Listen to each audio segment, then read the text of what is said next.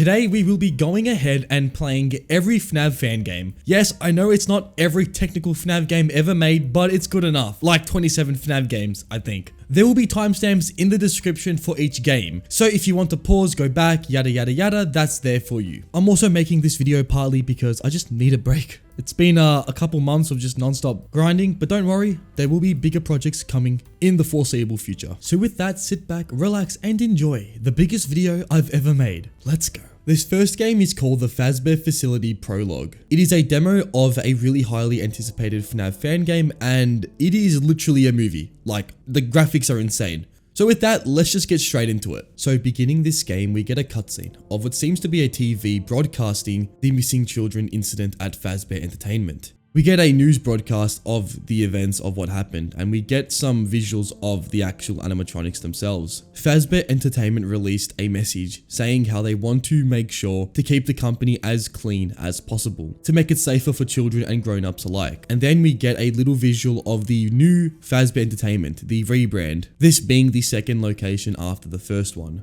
And then we hop into the main game itself. Our name is Colin, and we've picked up the shifts at the new and improved Fazbear Entertainment. This place looks pretty rough to begin with. Fazbear Entertainment have obviously been shipping all their stuff over to this new location, so some things feel a little bit off at this early stage of this pizzeria. The office itself is pretty clean. We have a notebook in front of us giving us a little rendition of all the animatronics and what they do. Furthermore, we have a flashlight and a ventilation system. To our left and to our right, we have different areas. On our left, we have the left hallway, and when we enter this hallway, we have the whole hallway to look out for. And to our right, we have an entry point where eventually you will see someone will enter this area. At this stage, I was just getting familiar with the layout of the pizzeria itself. The cameras give us this layout, seeing where the animatronics are and where we are. And of course, one of these cameras aren't working. Just absolutely classic FNAF. Beginning this game, I had no idea what I was doing. The only thing I had to really go off is this notepad, and it pretty much just says that Bonnie can't detect anything motionless and that Foxy will eventually appear and we need to use our flashlight. Pretty vague, but enough information to get me going. And eventually we would reach 1 AM, and this would see the first movement of an animatronic, this being Bonnie. As Bonnie moved, I had no idea where he actually went. There's not really a waypoint of where the animatronics go to. The cameras are kind of just mixed and you can't really tell where anything is. And when Bonnie moved, I honestly had no idea where he went. So at this point, I was kind of lost. I then moved on to Foxy, who eventually made his way onto Cam 7. Foxy is pretty obvious to spot as he will eventually go closer and closer toward this little area. And if Foxy moves from his third stage, he will go all the way around the back of the pizzeria and enter the back of our office. At this point, we need to use our flashlight on Foxy, who will eventually go into different positions, and eventually Foxy should go away if we do this correctly. If we don't, then we get jump scared. And with Bonnie, I had no idea where he was, so eventually I would just make my way toward the left hallway, thinking that I heard movement in this area. I looked around with my flashlight, and not hearing any noise, I thought I was absolutely going insane. And then...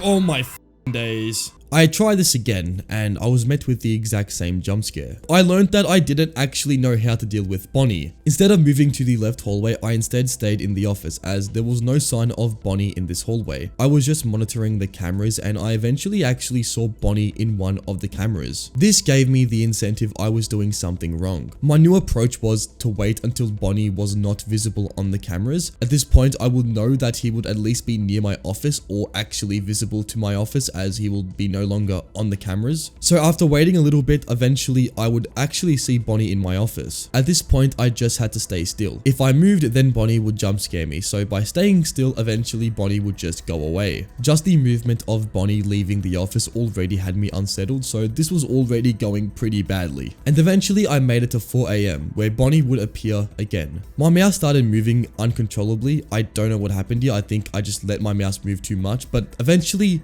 I got into another cutscene. What the actual whoa. What? I'm sorry. But oh my god. What the oh my. Oh! Bonnie would knock me out, and this would mean that the animatronics had full control over our fate. We would next awake in front of all the animatronics, and this was not a good sign. They all stood still, waiting for someone's command. And then Freddy appeared out of nowhere. He walks menacingly toward us and eventually stops in his tracks. He stares at us and his eyes turn on. He leans in toward us and says, "You are not him," referring to probably someone we know. And at this point he looks at Bonnie and says, "Finish what you started." And then, with a swift end, he gives us a little bit of a Freddy knuckle duster. After delivering the punch of 87, he just walks off and leaves us just, well, not alive. And that concludes the events of Fazbear Facility Prologue. This game is just a sneak peek on what this game has to overall offer, as, you know, it being a literal prologue. But honestly, this has to be one of the most, like, insane FNAF games I've ever played. The visuals alone give this game like a 10 out of 10. Anyways, let's move on to the next game. This game is, well, we're gonna get into it. So to start off this game, we begin our journey inside Bubba's diner. We are in the main room, and to our left and to our right are other rooms we can go to. To our left, we have the security room, which is the first room we need to go to. The person on the intercom tells us we need to go into this room and check up on the animatronics. During this time, we're also going to need to print some papers for some unknown reason. But this is where things start to get a little bit different. The game itself is really buggy. This first section is pretty basic. There are animatronics on the cameras, and our goal is to make them not get to our room. For the 3 cameras we can see, we have an audio on each camera. If we press the audio, they get lured toward where the audio came from. We already need to know how the pizzeria looks, as this doesn't really give you a kind of map. You just kind of have to figure out where the office is as opposed to everything else. But I guess it's not that hard, because the main issue with this night is, well, nothing. It's actually really easy, like stupidly easy. If we continue to just press the audio on the main kitchen area or the dining room, the animatronics will always stay in that area. So the only thing left to do is print out all the files. I did die on my first attempt, but I was just a noob, so I mean, I was getting used to the game's mechanics. But after this jump scare, I pretty much got the rhythm of the whole game, and well, this night went by extremely quickly. With this section done, we can go back to the main area of the diner and we can leave, and this concludes our first night. We get a little TV section, kind of like Sister Location, how this game portrays these post-night sections. With that, we would move into night 2, and the first thing we need to do is the same thing as night 1. Yep, you heard me right, we need to do night 1's thing again for no reason whatsoever. But as I said before, it wasn't that hard, so we got through this pretty quickly. But then we would have to do the most ultimately humiliating action ever seen in a FNAF game. We made our way toward the bathroom. Already things are getting a little bit weird, but they're gonna get weirder, I could tell you that much. We need to go to the bathroom and plunge the toilet. And this section is filled with epic music. I'm not gonna play it because it might be copyright, but you can imagine how humiliating this was. There's no active threats during this night beside the animatronic behind you, but the thing is, interestingly, if you stare straight and never look back, the animatronic that's behind you can't move. He will stay at the exact same spot the whole night. So by spamming the left mouse button on the toilet, eventually I would beat this night, and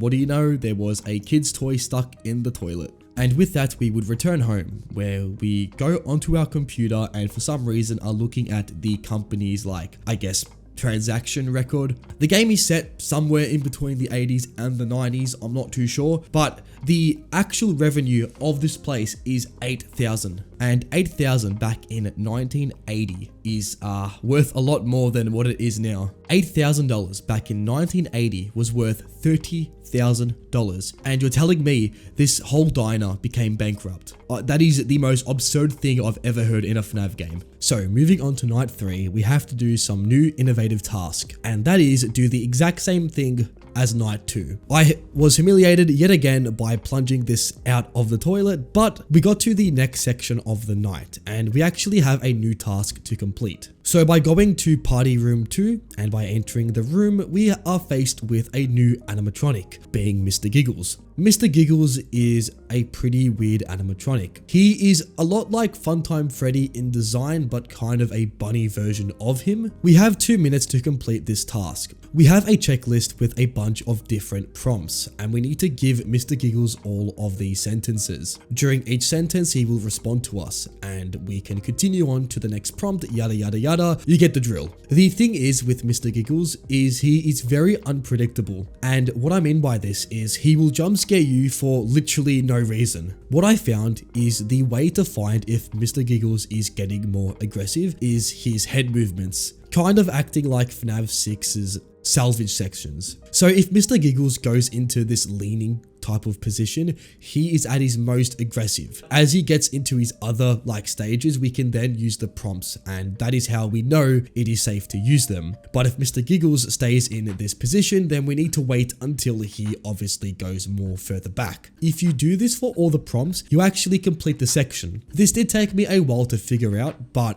eventually I got through the section, and I have to admit, I didn't really enjoy it, but well, we completed it. So by leaving the pizzeria, we got home, and now we have a tape to listen to. On the tape, we hear what seems to be an employee working at Bubba's diner, and they seem to be bored. That's it. That's what this tape pretty much tells us. So moving on to night 4. Don't worry, we don't have to do the exact same tasks. The following task we need to do is we need to go back to the toilet and clean the thing again. For some reason, this pops up 3 times throughout the whole game, so I think the creators really wanted us to clean the toilet for some unknown reason. But moving on, we got to another party room, and in this room, we need to sweep the floor. As we are sweeping the floor, occasionally an animatronic can be seen in the Pirate Cove. And if we see the animatronic, we need to just simply flash it with our flashlight and continue sweeping the floor in front of us. This section is really easy, and eventually I would complete it and move into our last task. We now need to go to the basement. And here we have the last animatronic in the game. And this animatronic is Bubtrap.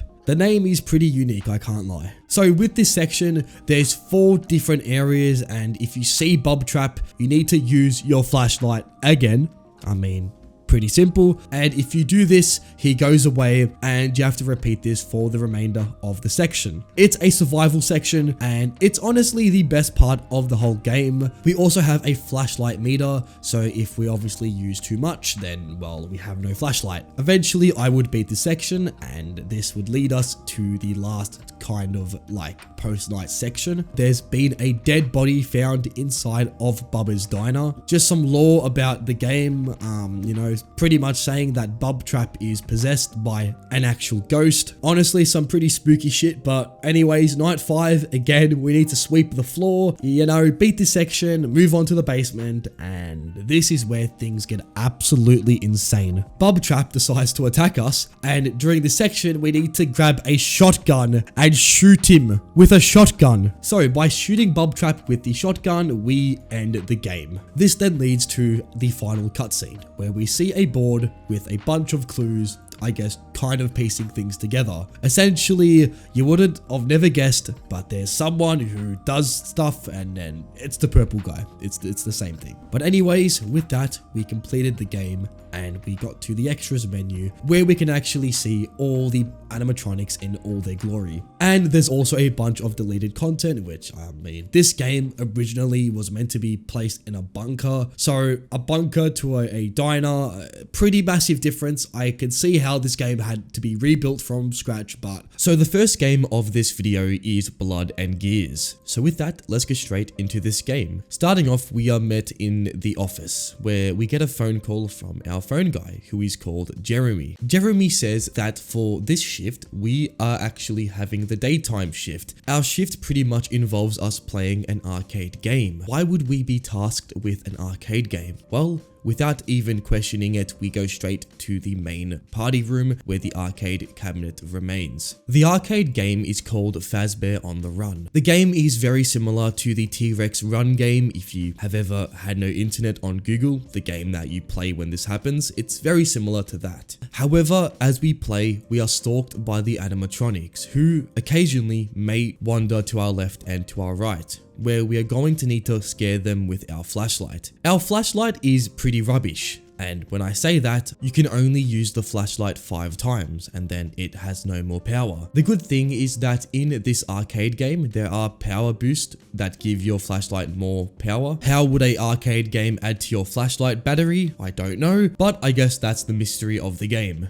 The animatronics designs themselves are absolutely fantastic. The realistic look they have mixed with the lifeless stares they give that like FNAF 1 vibe that I've really missed from the first game. Anyways, to focus on the arcade game itself, it's pretty basic. If you do end up hitting an obstacle, you will be sent back around 200 score. The main aim of this arcade game is to reach the score 1987, this number being definitely not related to FNAF. The further in we get into this arcade game, the more aggressive the animatronics get. In this demo version of the game, we only have Chica and Bonnie to take care of. The mechanics for both animatronics are the exact same. If they get towards you, you need to use your flashlight and then they will be scared of it. This will result in them leaving and you will be able to continue playing the arcade game. The more you get into the arcade game, the faster it gets and also the more obstacles start to spawn in. My first playthrough went pretty well. I was getting further and further into the arcade game, but eventually I would begin to start failing the obstacles due to a skill issue, and this will result in my flashlight battery becoming lower and lower as I was not getting those flashlight things I mentioned before as I kept getting further back into the arcade game, which isn't the best thing. This would eventually result in both animatronics spawning into my left and to my right. My flashlight ran pretty low. I had 1 bar left and both animatronics were right next to me. I was able to get rid of Bonnie, however for Chica, this wasn't the case as my flashlight then just stopped working. I was then met with a jump scare which took me completely off guard as by this point nothing really scary had happened, but this jump scare definitely threw me completely off guard. I would then have a second attempt and this run went a lot better. I found that my skill was becoming a lot more better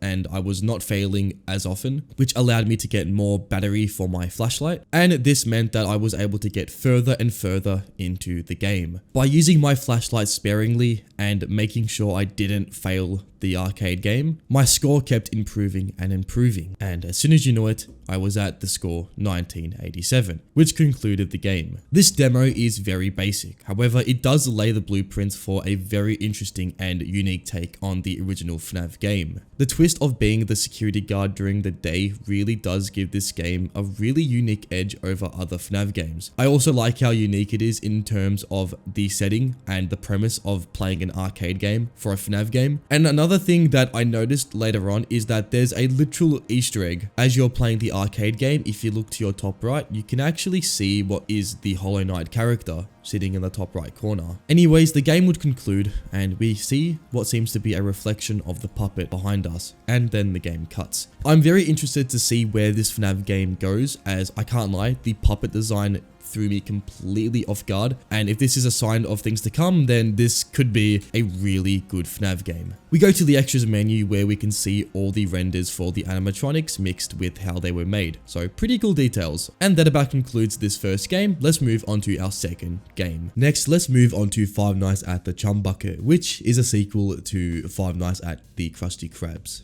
This game is a childhood classic for me because I remember very clearly watching 8-Bit Ryan play this like 4 years ago. Anyways, the game starts off and we immediately get introduced to all the game's mechanics. We have 2 doors left to right, a flashlight, and also an overdrive system. The main thing to take away from the first night is the phone call, which states that we are pretty much trapped in the Chum Bucket. This is kind of a survival experiment in that the person in charge wants us kind of dead and we need to survive for 6 AM. Going into the cameras, we get to see and figure out the layout of the Chum Bucket. The building is divided into 4 clearly distinct floors, and in these floors houses all the animatronics. In this first floor houses Mr. Krabs and Sandy. Moving on to the second floor, we have Squidward. On the third floor, we have Patrick and SpongeBob. And the last floor, which is the generator floor, houses the generator. How this game works is the animatronics will begin in their respective areas. Eventually, they will move into separate floors. They can go from each floor, but the main floor to worry about is your floor, which is BF1. If the animatronics get to this floor and make their way toward your office, you are going to need to do multiple things. If they get toward your door, you need to close that door. So pretty simple. This mechanic goes for multiple animatronics, including SpongeBob and Patrick. The first night we have SpongeBob and Patrick to worry about. So in this first night, we need to keep tab of where these two go. If they get toward the office, we need to shut the door, and repeating this for the whole night, we eventually beat the first night of the game. Moving on to night 2, we now have a new animatronic to keep track of. And this is Squidward. How Squidward works is he begins in his respective floor and eventually he will make his way toward a vent. If Squidward enters the vent, you're going to need to wait until he is visible on the vent camera. If he is, you need to simply close that vent. There are 2 vents, the left vent and the right vent. Closing one vent opens the other, so make sure we just kind of figure out where he is and close that vent. With this new mechanic, the overdrive system or the override system is a lot more needed, as now we have 3 different ways animatronics can kill us. Both doors left to right and also our vent. When I first played the night, I couldn't actually navigate where the camera for the vent was, but upon multiple attempts, I figured out that you actually need to go to the first floor or the floor that we're in and click on the office, which opens our vent system. This night went about as smooth as anything. Keeping track of animatronics was pretty simple, and eventually we would beat the night and move into night 3. Night 3 begins, and now we have 2 more animatronics to get rid of. The first one being Mr. Krabs, and the other one being Sandy. Mr. Krabs is pretty much Foxy from FNAF 2. He will move from the first floor and eventually get toward your office, and he will remain right outside directly in front of your view. And if you see Mr. Krabs, you need to hold the flashlight until he goes away. And with Sandy, I'm gonna be honest, I don't actually know how she works yet fully, but I'm pretty sure if she gets toward the generator, she will pretty much cause a light flicker for a few seconds, so not really much of a threat. This night overall is pretty much learning each of the mechanics, because in the later nights, the whole game ramps up. But this night is a kind of beginner night, and giving us a full look of this game's whole mechanic system. However, if you have multiple animatronics in your game at once, you're pretty much dead, as the override only gives you 3 animatronics to look at once. So if all 4 are in your game, which is pretty rare, but if this does happen, you're gonna die. So let's move into night 4, which again has the same mechanic system. The phone guy again establishes that we are here only to die, but this night houses the most brutal mechanic this game has yet, and that is getting the game to crash. This night, for some reason, had me going multiple attempts with the game crashing just randomly. I had around 4 attempts and each attempt resulted in a crash, so I was pretty upset. But you know how it goes, you know, turn off the game if you're frustrated, come back a few hours later, and what do you know, the game stopped crashing. I don't know what this was, but honestly it doesn't really matter because night 4 would eventually be beaten and we moved into night 5. Night 5 was essentially night 4 in that the animatronics worked the same and it was just a little bit more difficult. The main takeaways were that we were getting closer to figuring out what's going on in the pizzeria or Chum bucket, and yeah, that's about it for this night. Pretty simple. Night 6 is the last night of the game, and this night we begin immediately with the phone guy telling us that we are kind of expecting someone to save us, but that won't work, so kind of foreshadowing events later on. But nonetheless, night 6 was pretty easy. I first tried it, so yeah.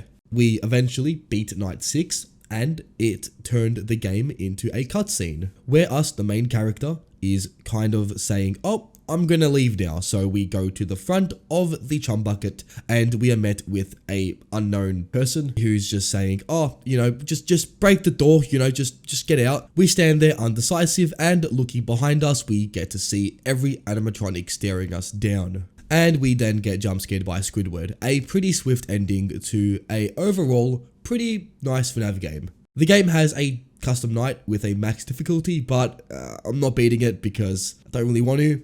Sorry guys. This first game is called A Bite at Freddy's. It's a really unique take on FNAF and gives it more of like a western cowboy look to it, and it's also pretty scary, so let's just get straight into it. We begin this game in a animatronic suit, and it appears that something has jump scared us. We fall to the ground and close our eyes. Something has attacked us. We awake in the Freddy suit, staring at what seems to be a police officer and a sheriff. And we move our head. We have become the animatronic. We turn our head toward our right and we see what seems to be Bonnie, who seems to be having the same experience as us. The cutscene stops and we get a newsletter telling us of a new job which has been recently available. The job of a machine maintenance worker at Freddy Fazbear's Grill. Our job is pretty simple. We need to deliver food during the night and avoid any sort of confrontation with anything. And with that, we begin our shift at Fazbear's Grill. The office itself is pretty simple. We have two areas to look at, the area right in front of us and the area to our left. The conveyor belt starts from the kitchen, going through party room A and party room B and ending up in our office. The food is cooked by what seems to be the sheriff himself, or honestly, who knows what this thing is, but this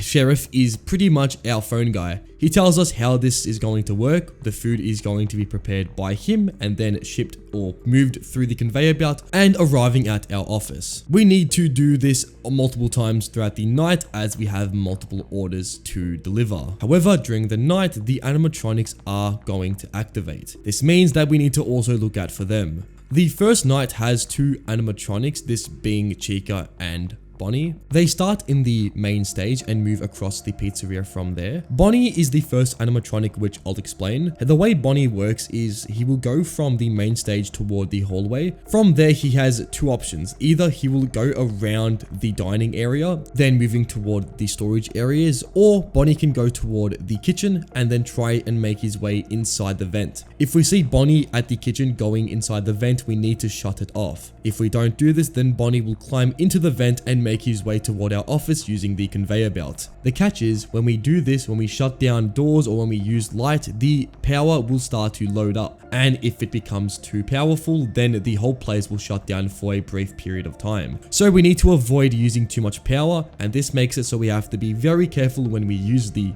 door system. That's Bonnie out of the way. Let's move on to Chica. Chica will go from the main stage toward the hallway. Then Chica has a chance of going all the way down the hallway next to our office. If we see Chica in our office, we need to then stop. At this point, Chica will have a standoff against us, pretty much trying to be John Marston, and by using the toy gun in our office, we can actually blast Chica. John Marston, We have to aim between her eyes and we need to try and blast that area. If we miss, then, well, she will jump scare us, and if we do end up getting her, then she will go back to a normal roaming area. Chica also has another mechanic. In Cam 7, she can try and actually get inside the vent. Again, like Bonnie, we just need to simply close the vent and this will get rid of Chica. Also with Bonnie, he has a chance of actually appearing right in front of us. If this happens, we need to shut down the power and this will get rid of Bonnie. With those two animatronics out of the way, this night was pretty simple. I did have a quick little mishap with Chica. When she did appear, I didn't shoot her in her middle of her eyes, which led to a quick jump scare. This took me off guard as I wasn't really expecting to mess this up, but knowing that I didn't really know what I was doing, I was kind of expecting something to go wrong. But I would eventually get through all three orders and complete the first night or the first course. We then get a phone call from the sheriff again telling us that we need to fix a broken light bulb. We need to just go ahead and move the light bulb back to its original position, fixing the light bulb and allowing us to continue into the second course. This time we have Freddy to say hello to, and Freddy is pretty much similar to Bonnie but has a different way of trying to approach us. Instead of going through the vents, which actually on Cam 6 he can try go through a vent, if Freddy does do this, then it will be pretty obvious as he will be right next to the food. Just close that vent and he will go away. Or Freddy will do something else, and that is try and go through the top of the vent. This is the ventilation system at the top of the pizzeria. On Cam 10 we have a pretty nice view of this system. If Freddy does appear in this camera, we need to enable the fan, and this will make it so Freddy cannot continue on forward. However, if we are too late and Freddy is already nearly at the end of the camera, if we enable the fan, then he will get his head chopped off. I don't actually have footage of this happening, but I have heard that this can happen, so here's a quick picture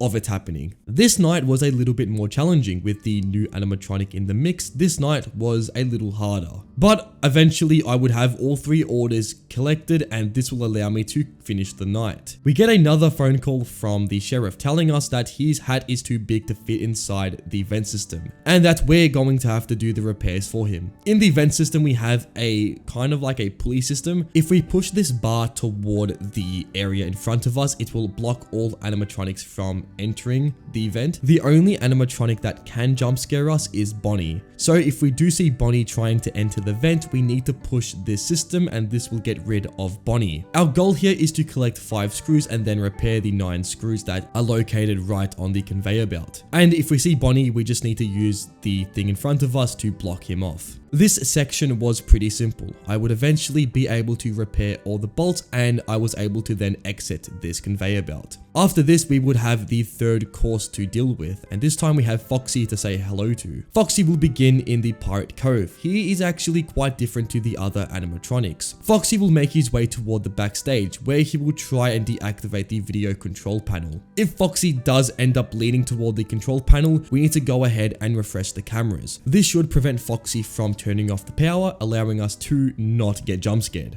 However, if we are too late and Foxy is already on the video control panel, then the power system will turn off, making it that we can't go on our cameras. This night was pretty difficult. The whole game was pretty much all there. The animatronics, every single one of them were out and about. I had to really pay attention to every single movement the animatronics were making. A mishap could lead to a jump scare, so I had to be very much on the ball here and making sure I was getting rid of all the threats. With enough luck, I would beat this night, and then the whole thing came to an end. We had to make our way toward the dining room, as the sheriff wants to give us a little present for going through the courses. He gives us a nice little buffet which we dig into. However, something doesn't seem right. To our right, we see what seems to be an unused animatronic beginning to approach us, and then we have the option to play the final course. Moving on to the final course, we have a few new things to look out for. First of all, we have a new event which the game calls the Bite.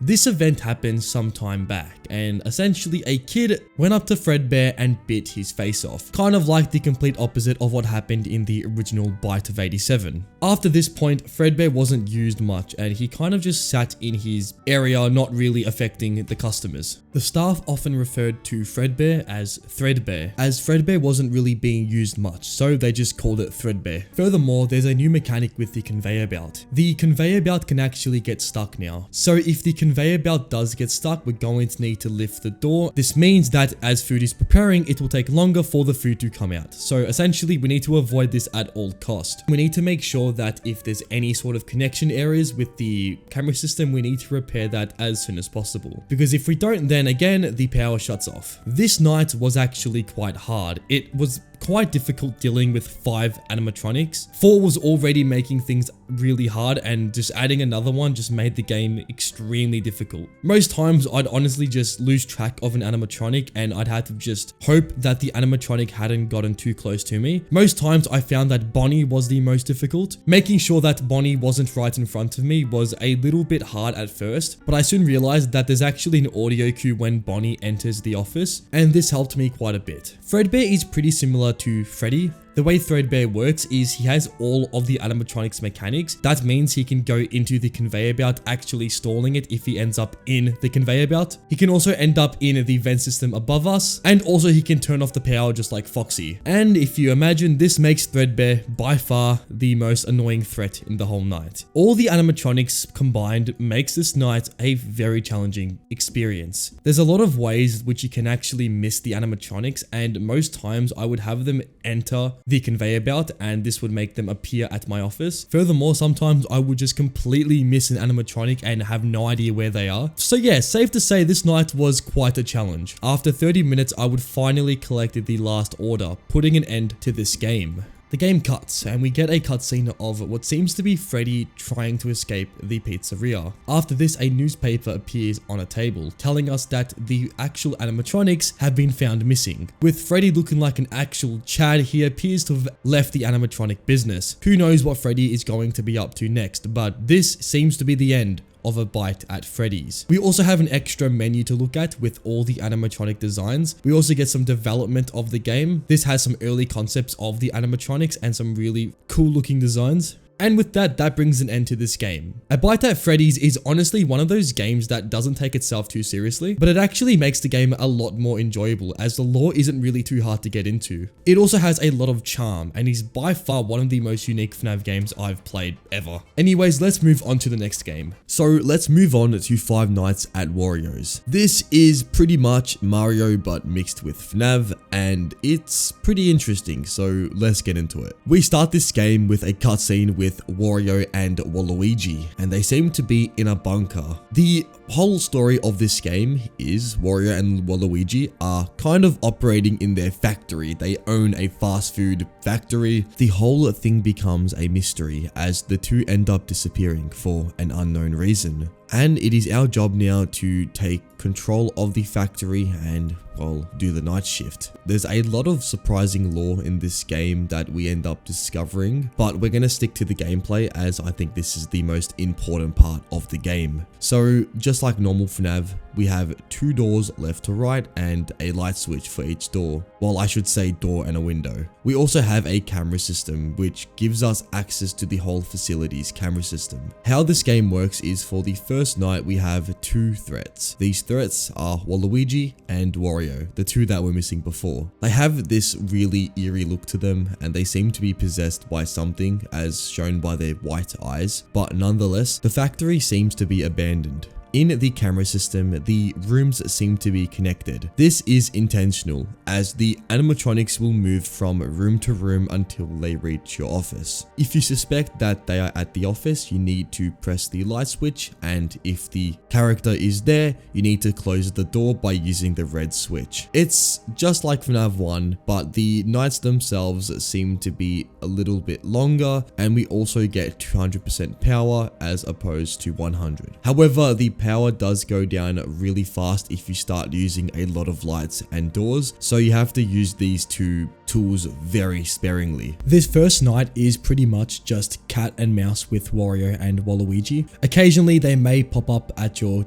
door, and if this does happen, you're going to need to close it for like 10 seconds. This night went by pretty quickly, and as soon as I knew it, I was straight into night 2. The new threat for this night is Luigi, and Luigi is by far the most unsettling of the animatronics, and if you look at him when he jump scares you, I mean the jump scare itself is amazing, but the jump scare itself is straight out of Super Smash Bros. This night is a little bit harder because now we obviously have 3 animatronics to take care of. However, again, the same strat is used to beat this night. If we see the animatronic or the character at our door, we need to close it and do this for the whole remainder of the night. By conserving as much power as possible, we would make it to night 3. And now we have to say hello to Princess Peach. Peach is the most unique animatronic as she will go straight toward the basement. This is a new area of the game compared to the original that was made back in 2015. This underground of the factory houses a bunch of different routes that Peach can get to you. The strat you need to do is you need to wait until Peach moves from the first area of the basement. When she does this, she can end up in one of 3 rooms, and if she does get to that room, you need to flash her with the beam. If you do that, she will go back to her first position, and this will make it so she won't kill you. If you let her get too close to your office, she will open the door, and this will lead to a game over as she will eventually jump scare you. With Peach in the game, it overall became a lot harder now to win because with the animatronics and how often you need to use the power, the cameras themselves become a lot more useful as now we need to really track every single animatronic's movement. As if we don't, we risk using too much light usage, which really drains our power much more than using the camera. By making sure where all the animatronics are and using the doors when necessary, eventually night 3 would be completed and we would move into night 4. This night has the last animatronic, which is Mario. Mario is by far the most unsettling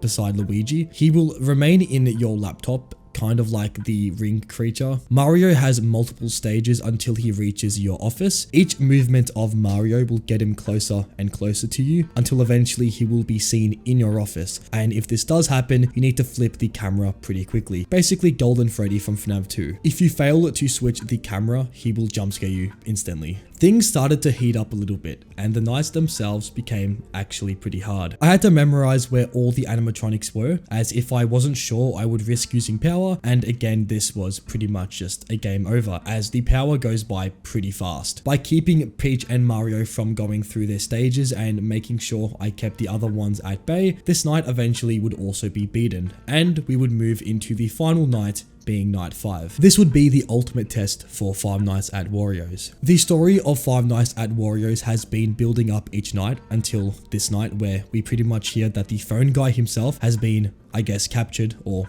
perhaps even jump scared by Wario and taken captive. And by the end of the phone call, we hear a demonic voice starting to speak to us. So it's pretty much us against the entities. This night really pushed my limits. It was a overall very tough night. I had to really use my power sparingly, as even using a little bit too much could be the end of the whole night. Peach would be by far the most difficult of the animatronics. Keeping her at bay would pretty much keep my whole balance off, as keeping track of Luigi, Waluigi and Wario would already pose enough of a threat. But when you have Peach as well, the whole night just becomes a massive just game of knowing where things are. And with my power draining, eventually the power would run out, and this would lead to a power outage sequence. I haven't really mentioned these yet, but how these work is pretty much Wario goes up to the door, it's pretty much just OG Freddy, and eventually the power would fully cut out. At this point, it was down to the wire, and the seconds were counting. Somehow, I would barely manage to scrape through this night, with Wario being inches away from jump scaring me, and the final cutscene would play for this game, where we see ourselves escaping the factory for the final time, and this would conclude the events of Five Nights at Wario's. We would also see a pretty cool post-credit scene with Luigi's soul being distorted from his own body, which was pretty terrifying to watch. This next game is called Freddy's Reanimated. It is one of the most realistic games I've ever seen in the FNAF niche, so let's just get into it.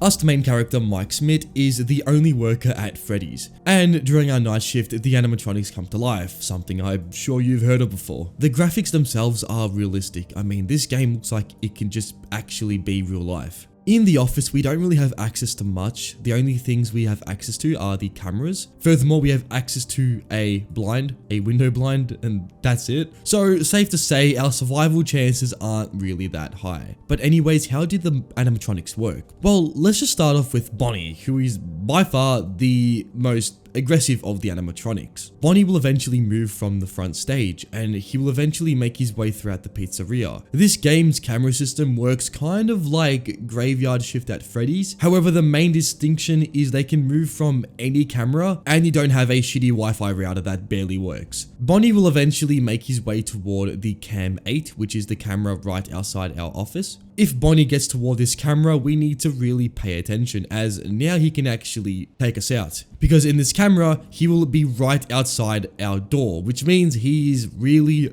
close to us. And in this camera, it will take around 20 to 30 seconds before we actually see Bonnie at the window. If we see Bonnie at this window, we need to close the curtain, because if we're not fast enough, then Bonnie will smash through the door and jump scare us. The first few goes of this game, I found this out the hard way, as Bonnie and Chica would just be jump scaring me for no reason. This was also due to me not knowing anything about the mechanics. If Bonnie is outside and we close the curtain, it will take around a few seconds for him to leave. We actually need to hear out for his footsteps, and this will indicate that he's left our office. Let's move on to Chica, who is pretty unique in this game. Chica will go from camera to camera, and she will eventually make her way to either Cam 4 or Cam 2. In these two cameras, there's a chance that she can just go straight toward the office, either through the exit door or just either through the kitchen. And she will go straight to your office. If you don't flash the room with the beacon, she will just go to your office like that and jump scare you. During these two cameras, we need to make sure that we're waiting until she's about to leave. And this is really obvious, as in the top right, we will see a danger icon indicating that she's about to leave. At this point, we need to flash the room, and if we do this correctly, she should just leave. But if we don't flash the room, then she will go straight to our office and jump scare us, putting an end to our night. This took me a while to learn, as the mechanics aren't really obvious to begin with, but eventually I would get the rhythm of the night, and this would allow me to get further into it. However, I was still struggling tremendously, as the night itself is extremely long, and eventually I would get to 3 AM, and some music would begin to play. This music is just to make the night more tenseful, kind of like Graveyard Shifts, and this doesn't really help when you're already stressing out a lot, so I was now at a disadvantage. What I would do is pretty much I would just keep my camera roughly on cam 8, occasionally checking if Bonnie would appear next to my office. If I saw Bonnie at this door, I would count to 30 seconds. If I don't know when Bonnie got toward the door, I would just count from 25 and keep checking the window. But if I saw Bonnie got to the door and I know when exactly he got there, I could count down from 30, as this is roughly where Bonnie will appear. After this, I would go checking for Chica, as she was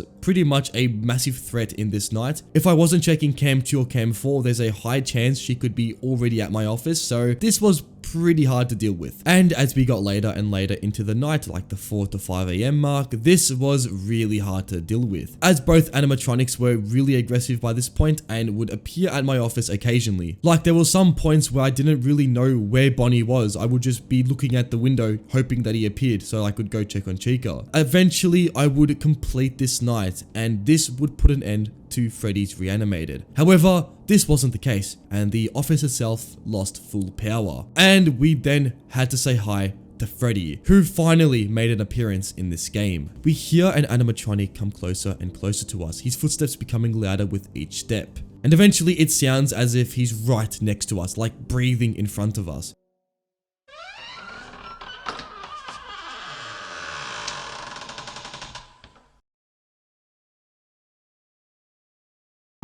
And eventually, we would get jump scared by Freddy with a really quick and terrifying jump scare. We then get a really weird and like obstruct little visual here of some mountains, and then it appears that us, Mike Smith, have been found missing. Nothing is known about our disappearance, but one thing is clear, that we were found missing at Fazbear's Pizza, which means that anything could have happened to us. And that about puts an end to Freddy's Reanimated, a really awesome demo that honestly is a really fresh and really awesome take of the original FNAF. But with that, that's about it for this game. Let's move on to our next one. This game is Knocking on Heaven's Door. It is a remake of FNAF 4, but takes a very different approach. First of all, we are already at the hospital, and the game goes as so. We follow the character Lily. She is 7 years old. She recently went to Freddy Fazbear's Pizzeria for her 7th birthday. However, as the animatronics were singing her happy birthday, something very bad happened. Her head suddenly became dizzy, and she then woke up in the hospital. The game begins, and we awake in the hospital bed. The room itself is pretty much a standard hospital room. In front of us is a TV, and we can also change the channels of this particular television. On our left, we have a device which can call the nurse in, and to our far left, next to the window, we have a little sketchbook where we can draw. We can also have a little peek on our right where we can see the underneath part of the bed, and this will be useful a little bit later on. But so far, nothing is really unsettling. The only thing we need to worry about is our stress meter. Our stress meter works as so. The animatronics, or the hallucinations, because I don't think they're actually animatronics in this game, they can cause you to have more stress. Another stress mechanic is on the television, an entity will start to spawn in. If this does happen, you need to change the channel, and this will start to reduce your stress. Ways to reduce your stress is by firstly calling the nurse. The nurse can basically be one of two people, either the nurse herself or Chica. If the nurse is the actual person, the stress meter will go all the way to the bottom. However, if the nurse is Chica, then your stress meter will begin and she will just jump scare you. Some other ways to get rid of your stress is by using this like cranky doll thing, which will reduce your stress. And another way to reduce your stress is to draw in the sketchbook. This will again reduce your stress. With the key mechanics out of the way, this game was pretty basic, until we were met with an entity, and this being Freddy. Freddy begins in his normal state. You can see him right on the edge of the bed. He will begin to peek over it and you can see his whole body. This already looks absolutely terrifying, but Freddy is pretty weak to light. So if we keep our light on his eyes, he will eventually go away. The key thing about Freddy is the entity on the TV is also affected by Freddy. Before Freddy leaves, he stands completely still, and at this point he actually blocks the TV. So if this happens and the entity on the TV begins to spawn in, your stress will go up pretty fast. So you're going to need to time the entity on the TV when Freddy goes up, so pretty much change the channel as Freddy begins to stand up. I don't really know why, but the entity on the TV kinda gives me Bold One vibes, but I don't know, maybe that's just me. So that's Freddy's mechanics, and the first time I played this game, I can't lie, I didn't know anything. I died pretty quickly because I was just using the flashlight really not sparingly. I was just flashing it around, and this eventually led to a game over. And this game actually doesn't have a game over screen. Pretty much when your stress goes fully up, your character just blacks out, and that's how you lose. The next entity is Bonnie, and Bonnie works a little bit different to Freddy. When Bonnie spawns in, he has one of 3 locations. The first is to your left, the second is right in front of you, and the third and last one being to your right. The thing with Bonnie is you can't put your flashlight on it. This will increase your stress tremendously if you do so. So you need to simply avoid Bonnie. Bonnie becomes pretty challenging if he spawns in the middle. The reason why is Freddy needs you to use your flashlight on him. However, if he stands completely still and Bonnie is behind Freddy, your stress will go up really fast. Like, I died so many times just by having Bonnie stand in this position, with Freddy being the absolute idiot that he is. This actually infuriated me. Nonetheless, pretty simple mechanic. Let's move on to Foxy, who is by far the most complex character in the game. His mechanic is pretty simple. He spawns outside your hospital room onto your left on the window. He then goes straight under your bed without you even noticing. And at this point, you will start to hear a pirate tune begin to play. He will then move to his third stage, where he will begin to emerge from under your bed. The key to getting rid of Foxy is, well, you actually can't. The only way to prevent him for some time is to crank the lever on top of his back. At this point, he will begin to play his song and it will be very loud, and then you will be met with a jump scare. This can't be avoided. The only way to make this not kill you is to keep your stress extremely low. You need to time Foxy with Chica, or the nurse. By calling the nurse before Foxy jump scares you, you can actually get rid of your stress immediately as soon as Foxy, jump scares you, and this can save you from, dying multiple times. However, if the nurse ends up being Chica, you're gonna die. And there's no real way to actually avoid this. I tried using the other stress mechanics, but this eventually increases your noise. And in this game, if you have a high amount of noise, the animatronics are a lot more active and aggressive. So you will be getting a lot more Freddys and Bonnies, and this will eventually lead you to die. So with all the entities out of the way, how did I beat this night? As I was alluding to before, I used the Chica strat. If Foxy was under my bed and I knew he was going to fully emerge, I would call the nurse.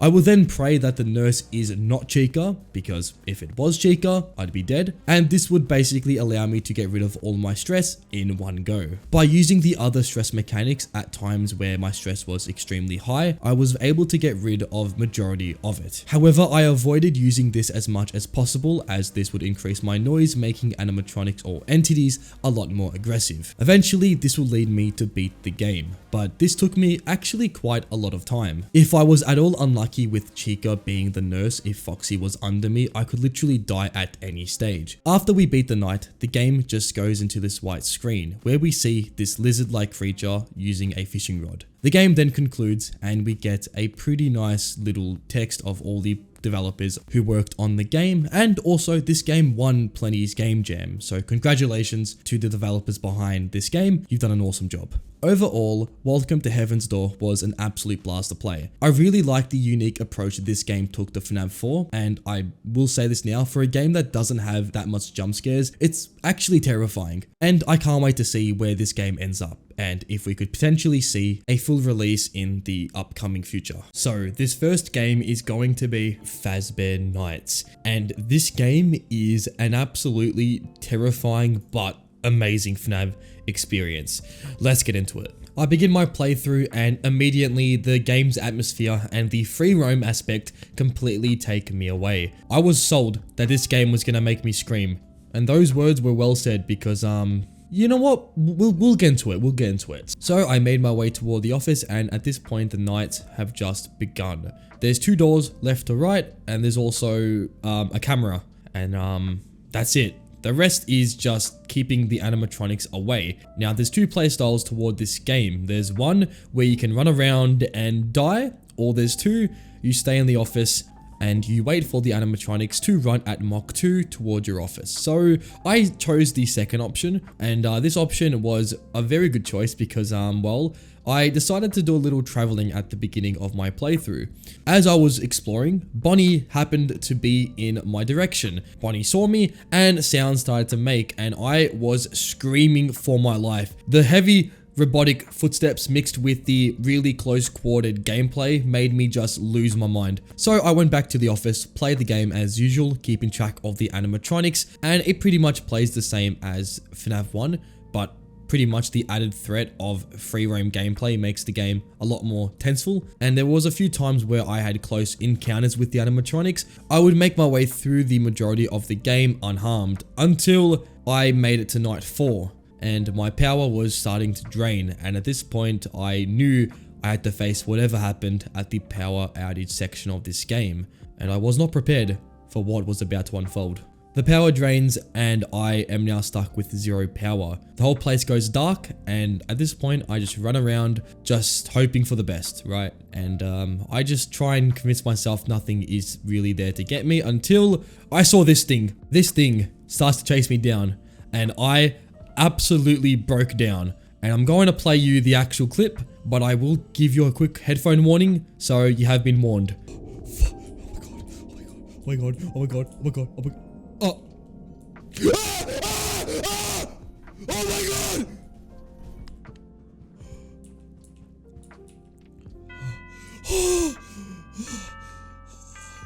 So with that, we complete night 4 and move on to night 5, where the same thing happens. I run through all my power, managing to get to 5 AM, and well, I had to go through the power outage again, where I ran, but luckily the power outage stopped before Freddy chased me down, so that was great. And this would conclude Fazbear Nights. Alright, starting off here, we have Chuck E. Cheese Rebooted, and it is an absolutely terrifying but pretty old FNAF game. Let's get into it. This game immediately scares you, even when you're not even on the game. The scares start before you even launch the game. The application alone, seeing Chucky stare you down, is already just completely haunting. So let's move on to the actual game with the night 1. And this game looks phenomenal. Even all this time later, the game still holds up.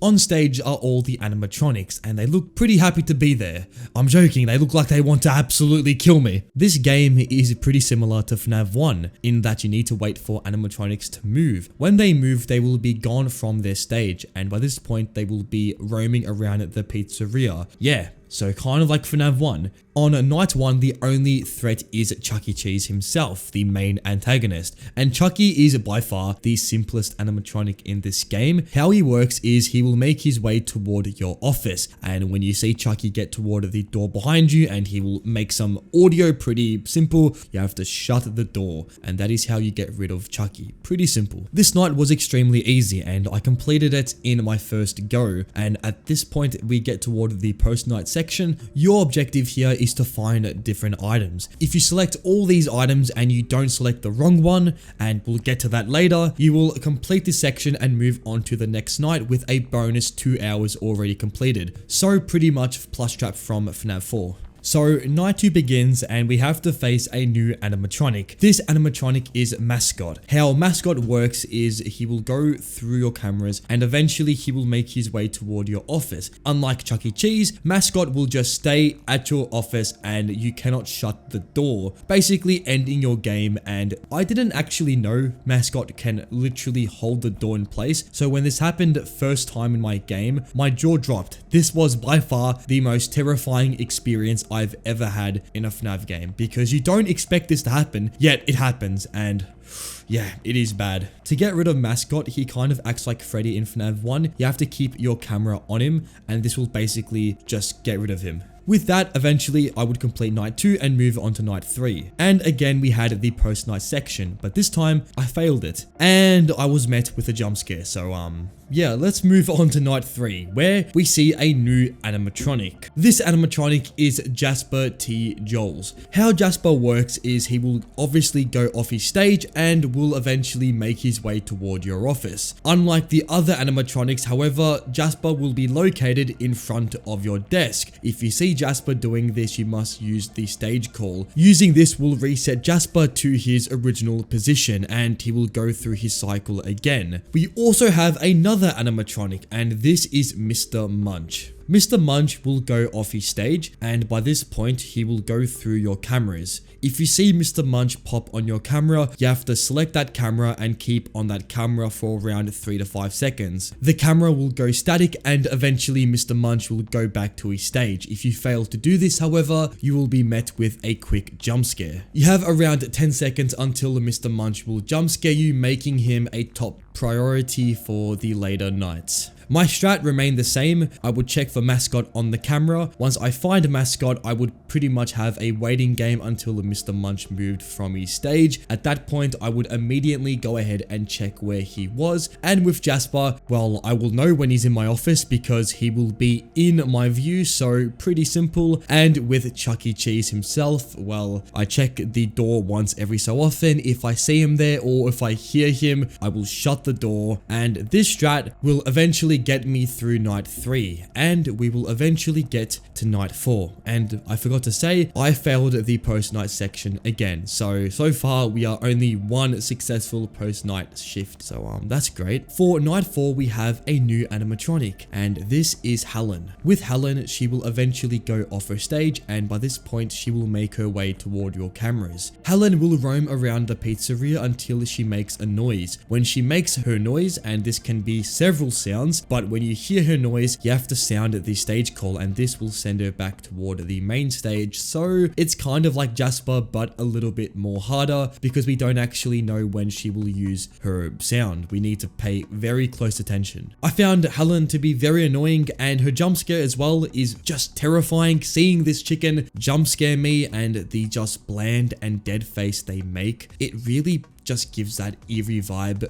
that I absolutely love in a really good FNAF game. Like top tier jump scares here, guys. Just top tier. I would complete night 4, and this will lead us on to night 5, where we now have every single animatronic out and about. And the last animatronic we have to take care of is Pasquale, and this little Italian man is just kind of like Foxy. In fact, it literally is Foxy. How Pasquale works is he will eventually make a movement in his stage area, and if you see this, you have to sound the stage call. Again, the stage call is a all-in-one fix. It literally takes care of 3 different animatronics. So you can tell what I did. I spammed it like a lot because even if I didn't know where Helen was, I would just use it because using the stage call doesn't really make the animatronics more aggressive. So in knowing that, I just used the absolute I used it, and I used it a lot. This night took me upwards of an hour to complete. The animatronics just kept on moving, and it felt like every single second a new animatronic would just appear out of nowhere. This night was just brutal. The worst part about this night was dealing with Chuck E. Cheese and Jasper at the exact same time, because the problem is if you get Jasper when Chucky spawns, you're pretty much screwed. The only way to deal with this is to use the stage call and then immediately look behind you to shut the door, but the timing is so tight, and even one mistake can just lead to an instant death, and this happens quite often. They like to spawn with each other a lot, so I had to be very careful to not screw up, and with a bunch of practice and a bunch of attempts, I would eventually get a really good run where I would beat the night and thankfully finish this absolutely horrifying game. This one was tough. And we say hello to the extras menu, where we get to see a bunch of cool stuff, including the characters, the jump scares, unused content, and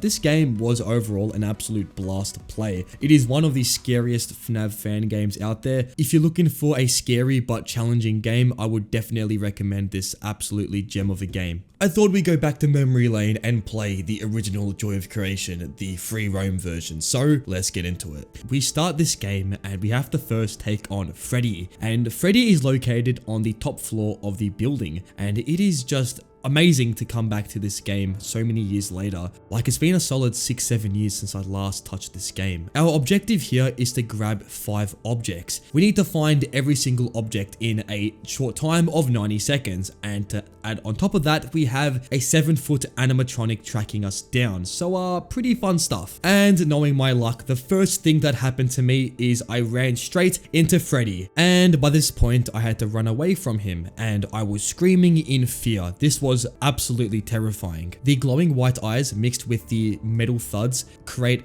a absolutely terrifying experience, and being jump scared in this game is like being taken to a new universe. And yeah, that's all I can say. Yeah, this game is terrifying, but I would look for these objects and I realized that they have set locations. So going from objective to objective was pretty easy, and as soon as you know it, I had all objects and everything was fine and dandy. But I would conclude this section with a chase with Freddy, and I was just scared, very scared. But that concludes Freddy. Pretty simple. Let's move on to Bonnie. And Bonnie is kind of the same thing, where we have to find 5 objects within 1 minute, and these objects are obviously scattered randomly this time. They're not in set locations, and we need to find these objects before Bonnie tracks us down. And this time we don't just get jump scared, but we get hit in the head by a metal hand. This level is significantly more harder than Freddy because, first of all, Bonnie is faster, and I also know that Bonnie has red eyes, and red is just a lot scarier than white eyes. I would look through the basement, just looking through every single corner trying to find all the objects, and this level took me a lot longer than Freddy. Eventually I would beat this level and we would get absolutely clotheslined by Bonnie, and this will take us straight into the 3rd chapter of this game, which is Chica, which is by far the hardest level in this whole game. So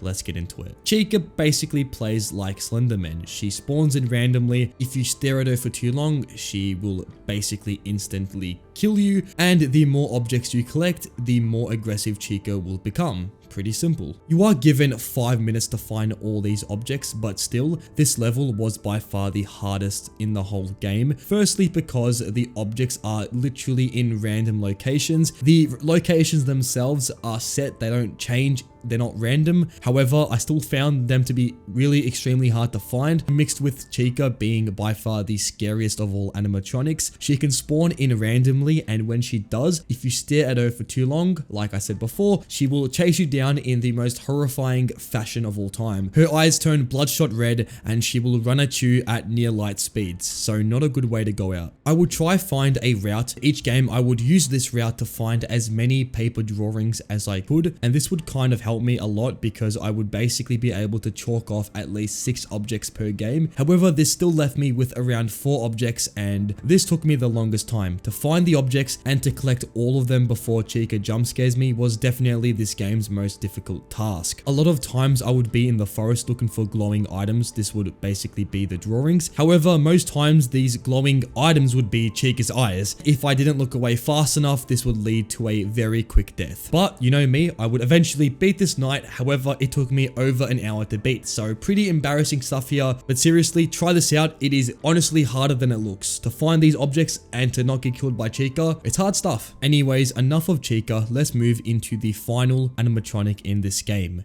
which is Foxy. Foxy is located in the attic, and the way Foxy works is he will chase you down, and if his eyes are white, you can use the flashlight to basically stall him, and this will make him just blind himself. So pretty much Foxy, you should have gone to Specsavers. Foxy is tough in the way that he doesn't act like the other animatronics and may take a while to beat if you don't know his mechanics. Spawning into this level, I died multiple times because I didn't know what to do. Foxy would just kill me instantly, and I would get pretty mad. You have to find 5 objects, and unlike the other levels, Foxy is in a very small and confined space, which actually makes things a lot easier because the objects are very easy to spot, and you can pretty much get this level done first go as long as you learn what Foxy's mechanics are. There was a bunch of times where Foxy would just run up behind me and I didn't know where he was, and this led to a few screams, but eventually I would get every single object and be done with this night. And this concludes the Joy of Creation Reborn. However, we actually have one more thing to do, and this is the gallery, where we see all the animatronics, and these things just look absolutely terrifying. The gallery section actually has a little secret. You get teleported to a random section on the map, and here you just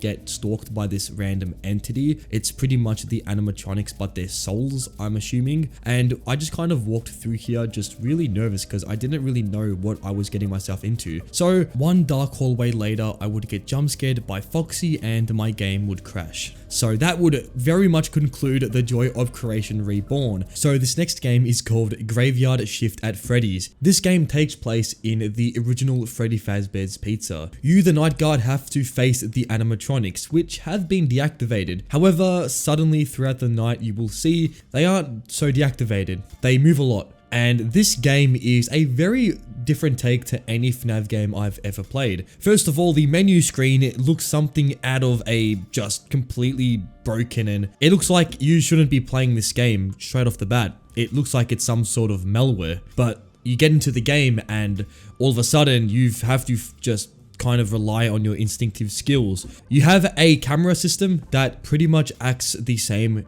as FNAF 1, but the difference is the camera has a timer, so you can't be on the camera all game. You have to kind of go through the cameras, and you have to go from camera 1 to camera 7, and then you have to restart from the beginning. So you have to use the switch timer effectively. Furthermore, you have an alarm, and this essentially works as a kind of distraction for the animatronics. However, if you use the alarm too much, the animatronics will eventually get used to the alarm and won't react to it. So we have to use the alarm sparingly. Furthermore, we have a light source and we also have a door which we need to shut when the animatronics get too close. But for now, I was kind of getting used to the game, seeing what worked and what didn't work, and eventually I would see the first movement in this game, which was Bonnie, and Bonnie began to move through the cameras. I was really taken back and unnerved by the way they portray the animatronics in this game. They are just so alien and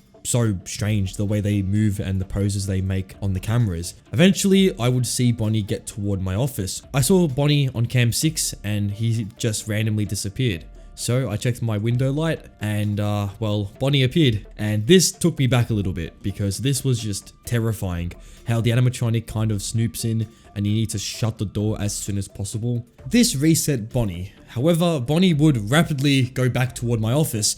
And with this game, if you reset the animatronic, their AI increases in difficulty, so now Bonnie is going to be way larger of a threat. And as soon as you know it, Bonnie was back at cam 6, and I was just kind of taken back by how quick Bonnie actually moved to my office. By failing to check Bonnie, I would succumb to his jump scare, and this was just terrifying. When you don't know when the animatronic is going to jump scare you, mixed with a actually really decent jump scare, you just get completely taken off guard, and this caused me to scream a little bit, so that was fun. I would reattempt night 1, and after numerous attempts, and yes, night 1 did take me upwards of 20 minutes, I would eventually get a run where I would complete the night, and this was kind of the beginning of the end, because night 2 would be a lot harder than this night. For night 2, we have two new animatronics. We have Cupcake and we have Chica. Both are separate animatronics, not like how they used to be in FNAF 1 where they used to be the same. Anyways, in this night, Chica is kind of like Foxy in her mechanics. She will move through the pizzeria, but eventually she will dart toward the office. This is completely random and can happen on literally any hour, so you have to be very observant and make sure not to have this happen without you knowing. When Chica does this, you can hear a bunch of movement, just pots and pans getting tossed around. You can also see on the stage camera, Chica will literally move through the camera and run toward the office, just terrifying stuff. And when Chica gets to the office, she will make her appearance known by literally having her head inside your office. You need to then react quickly by shutting the door, and this will get rid of Chica. She's very finicky and was definitely the hardest part of the night. And then we have Cupcake, who is pretty simple compared to Chica. On cam 7, Cupcake will eventually be seen at around this spot right here, and eventually Cupcake will move to the second phase where Cupcake will be seen kind of just moving around in the camera. By this point, you need to sound the alarm and this will get rid of Cupcake. Very simple. This will take me a while to actually realize Cupcake was an animatronic.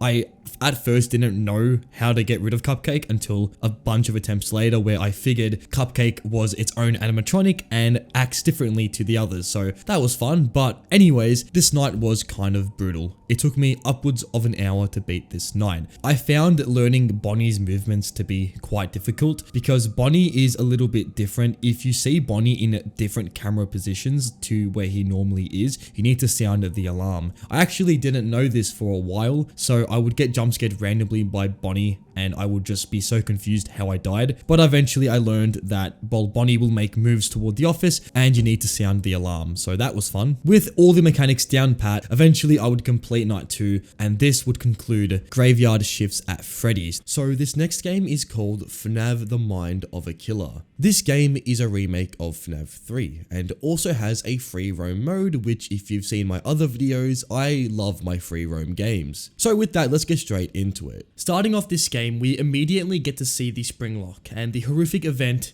that had William being turned into an animatronic. We start this game in our car, and we seem to be tasked with being the night guard at the Fazbear Frights attraction. So we park our car and get out of the vehicle. And at this point, we have one objective: to get straight into the building. However, I took some time to kind of just, look at my surroundings because I felt something was off. And that feeling ended up being right, as Springtrap can be found just off in the distance, just standing there, stalking us even before we enter the attraction. So already I'm feeling unnerved. But anyways, we enter the building and we get to see what seems to be a tape of a instruction manual for the security guard. It pretty much goes through what the rules are of the building, pretty much what we need to do, and gives us a little security protocol on everything to look out for. For some reason, we also can throw like these paper balls around, so not really sure why, but I guess that's a cool detail. And also look at the quality of these Freddy Fazbear heads. They look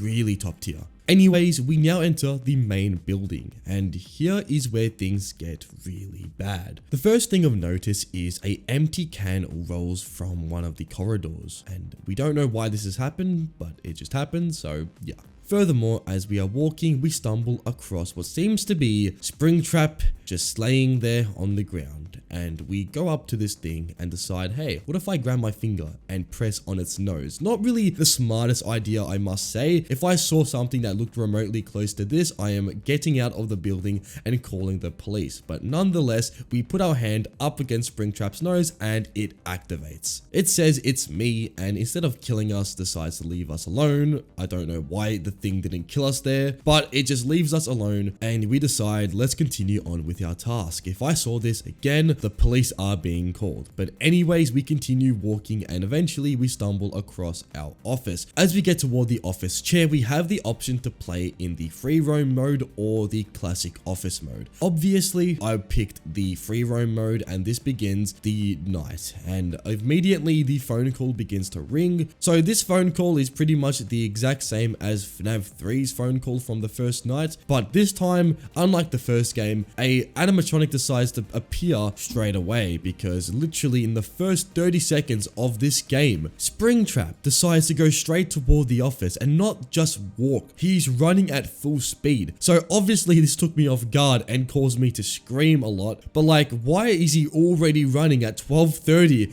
on the first night? I guess it's a demo game, so it's not gonna really follow the, normal night ones, but then again, who really cares? So I attempted this night again, and this time, instead of standing still and waiting for Springtrap to kill me, I went straight into the vents and started, moving around. Moving around, eventually, I stumbled across Mangle, who seems to be kind of similar to her FNAF 3 counterpart. She stays in the vents, and if she does see you, she will simply start walking towards you and jump scare you. If Phantom Mangle does jump scare you, what happens is Springtrap gets notified that you are in the vents, and you need to get out immediately. Also, the ventilation of the building does go off, so you have to reboot it, either going to the reboot at the far end of the building or the reboot in your office. There's two reboot systems, one located in one side and the other on the other. This game, I actually had no idea what I was doing. I just ran in a circle, and this was actually working. Well, kinda. Springtrap was still tracking me down and scaring me completely, but I had kind of a little chance to survive because I wasn't dying every 5 seconds, which is what I thought would have happened. Other Phantom animatronics eventually made their way toward me. I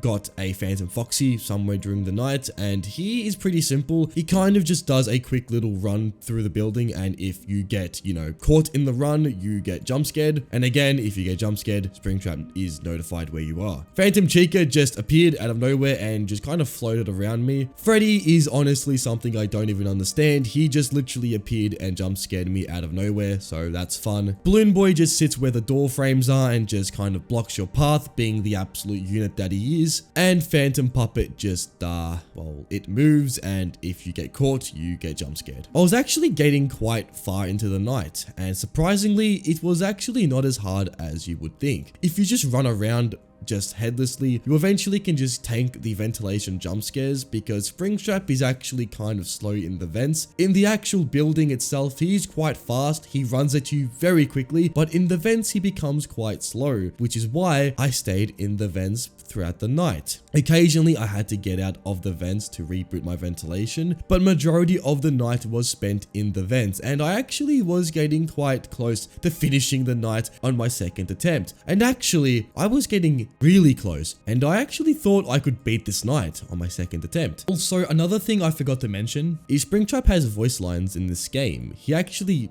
can talk. So throughout the night, you will hear him just go, however, unfortunately for Springtrap, he is kind of a goofball in this game. Seeing this man crawl throughout the attraction, as honestly, I think I kind of ankle broke him half the time. It was kind of funny, but at the same time, I did feel a little bad for Springtrap, as he just couldn't catch me. There was also those few occasions where Springtrap would appear out of nowhere and shock me, like in this instance. Oh shit, hello. But eventually, the game would end, and I would beat the night on my second attempt. Honestly, I had no idea how I did this. I just kind of ran around hoping for the best, and beating the night like that kind of just, I was shocked really. We also get a really cool message from the main developer of his experience of making this game. With that, we get an extras menu where we get to see all the animatronics in their full glory, and also a little kind of info dump of how they work. The game also has a custom night mode where we can kind of, you know, max out Springtrap's difficulty. So, you know me, I had to play this mode immediately. So, getting in this mode, actually, it was the same. I beat this the first attempt. In my last attempt, I was just running around the attraction. This time, I thought, how about I do one massive loop around the FNAF 3 building, going from one side of the attraction to the other side of the attraction. And how would that work?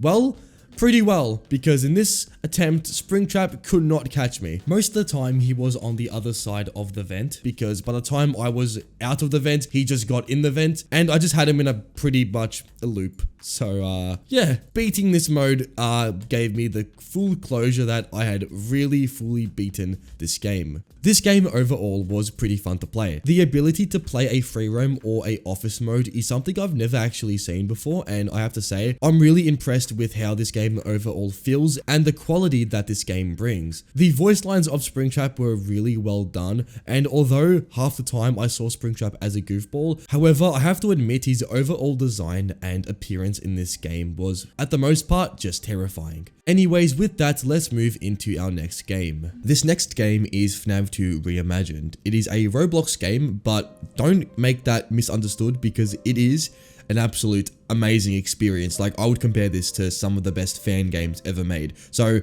let's get into it. So with this game, you are pretty much in the FNAF 2 pizzeria. However, there are some differences. First of all, the puppet is gone.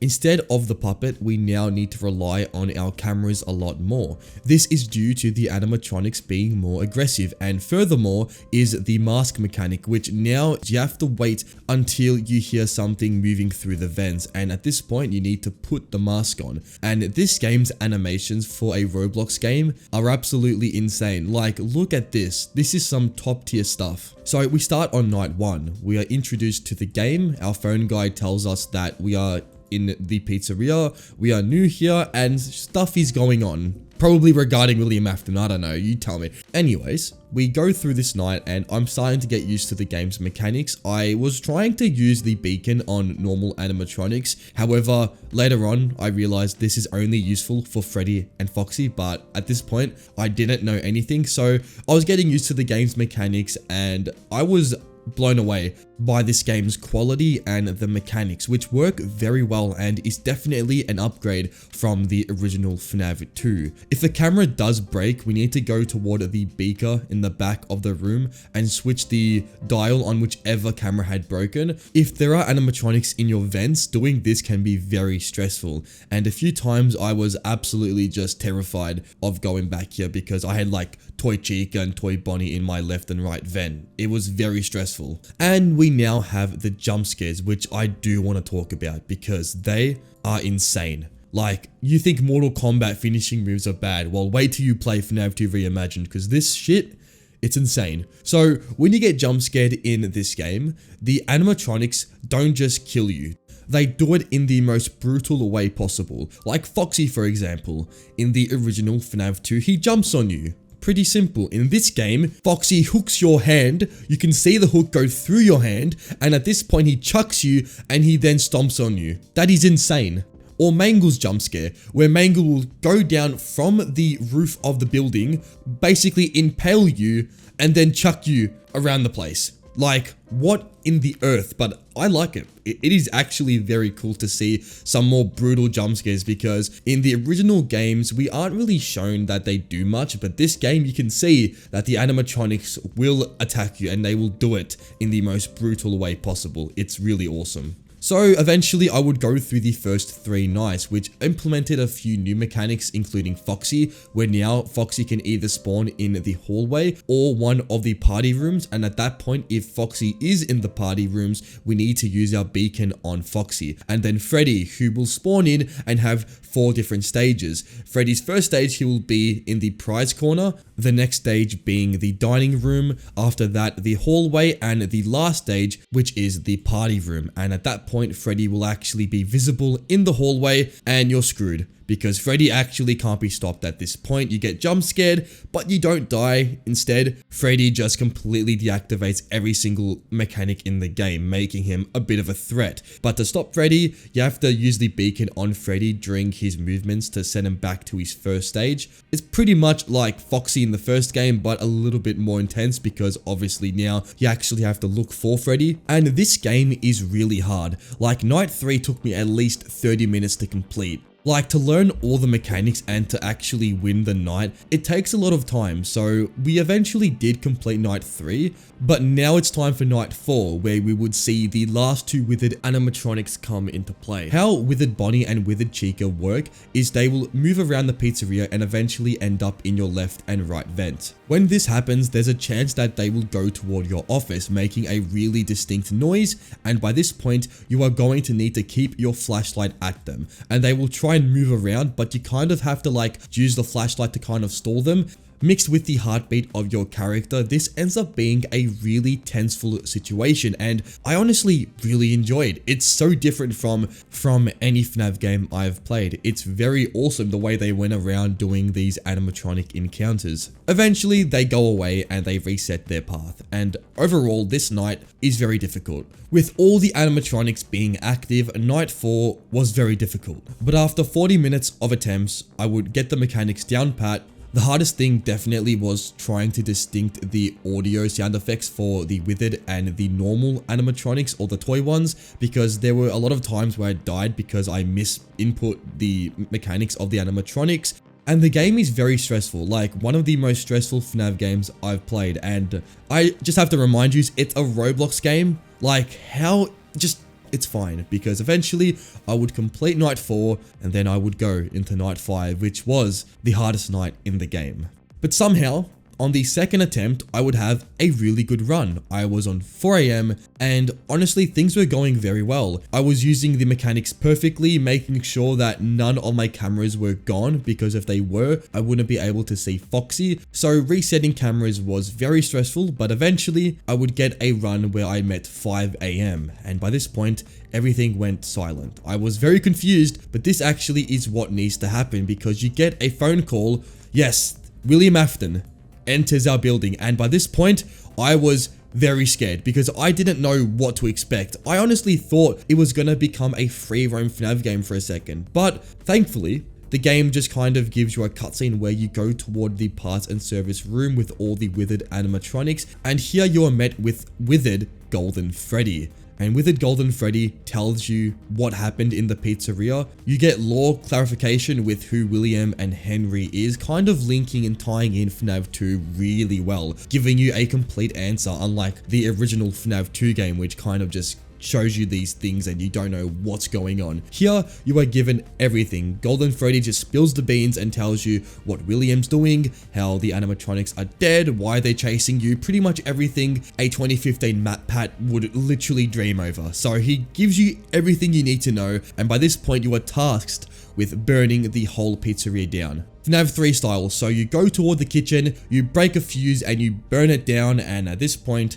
the game ends. Really awesome game. Honestly, one of the best FNAF fan games I've played. And for a Roblox game, honestly, it is just an awesome experience. Shout out to these developers for making such an awesome game on Roblox. This is just top tier. Like, no words to even describe the quality of this game. So congratulations to these developers, you really smashed it here. So for this last game, which is going to be the hardest game, this is going to be Post Night 2. If you know anything about this game, it's that it is absolutely brutal. So let's get into the game. So the first thing we see in this game is a cutscene of Remnant Bonnie, where Remnant Bonnie tells us that we are basically screwed. Remnant Bonnie escapes from its captivity, and it's alluded that Remnant Bonnie attacks us in this encounter. We wake up after this and we are told to basically just continue our night shift, and we do that because why not? I mean, 6 hours of a absolutely insanely difficult night is fun to me. So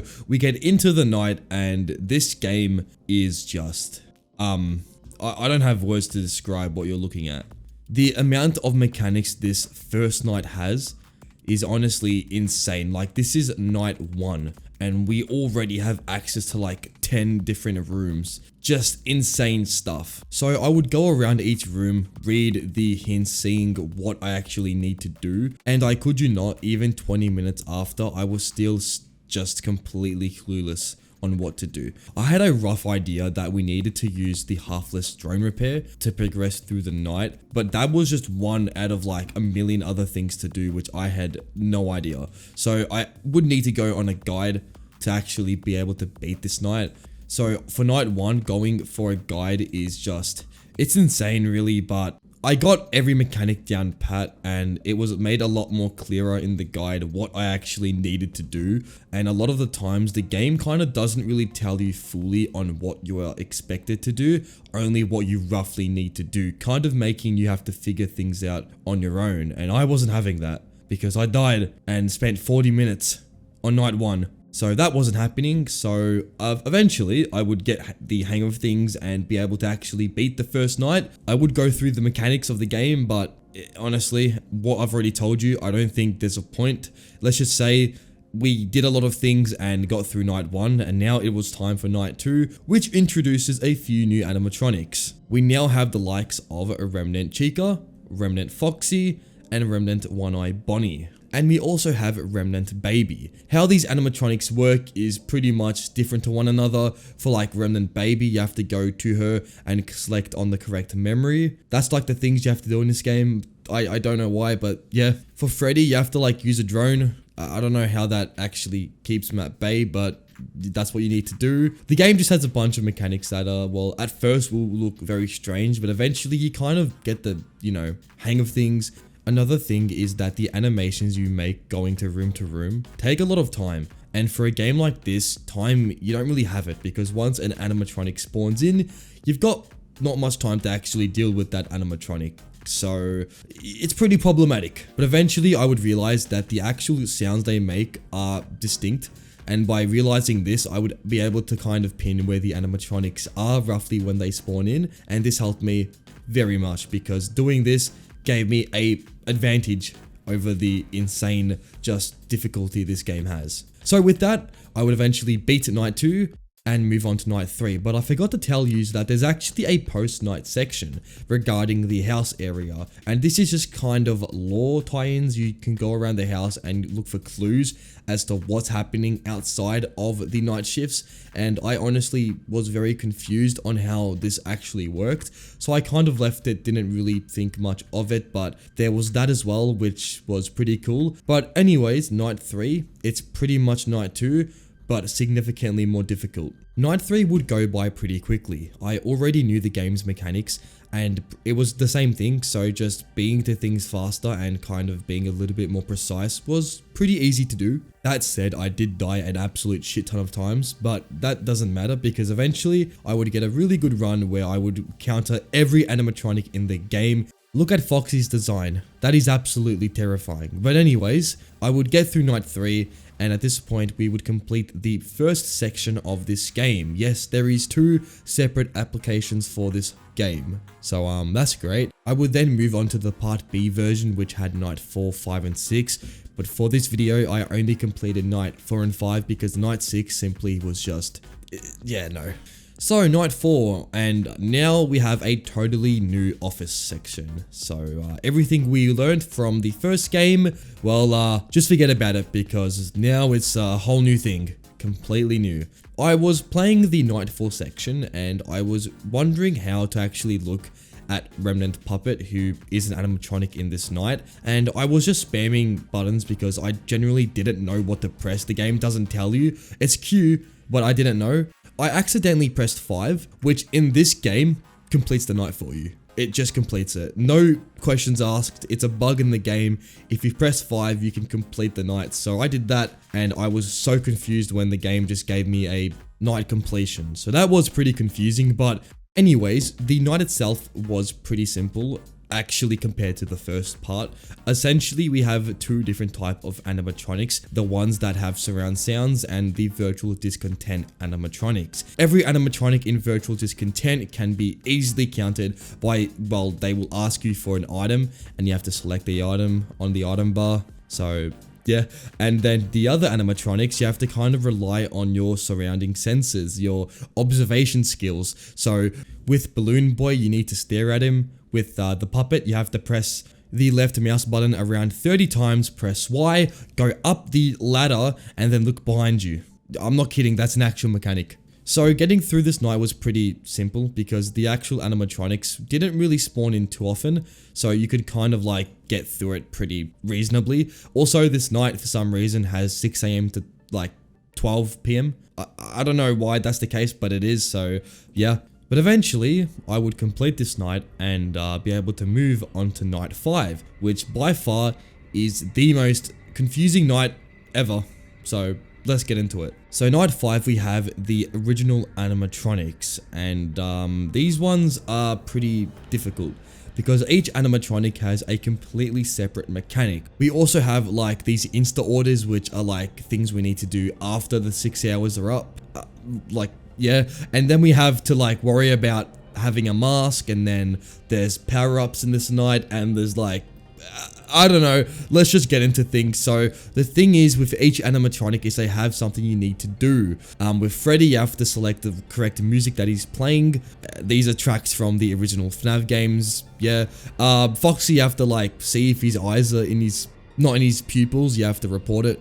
Chica, you have to cut the power, and Bonnie, you don't do anything, you just put the turret down and hope that he doesn't spawn in because his mechanics are actually broken. But anyways, this night was interesting. One of the power-ups was Second Life, and I tried to not use it, but simply at 6 AM, I couldn't complete the night. My game was bugged. I tried using my install order to leave, but it wasn't working. So out of a desperation, because I was being hunted, I just used Second Life, and eventually the actual process that was meant to work worked, so I was able to complete the night. But this night is just complete ludicrous. Like, the walking animations themselves take literally decades to complete.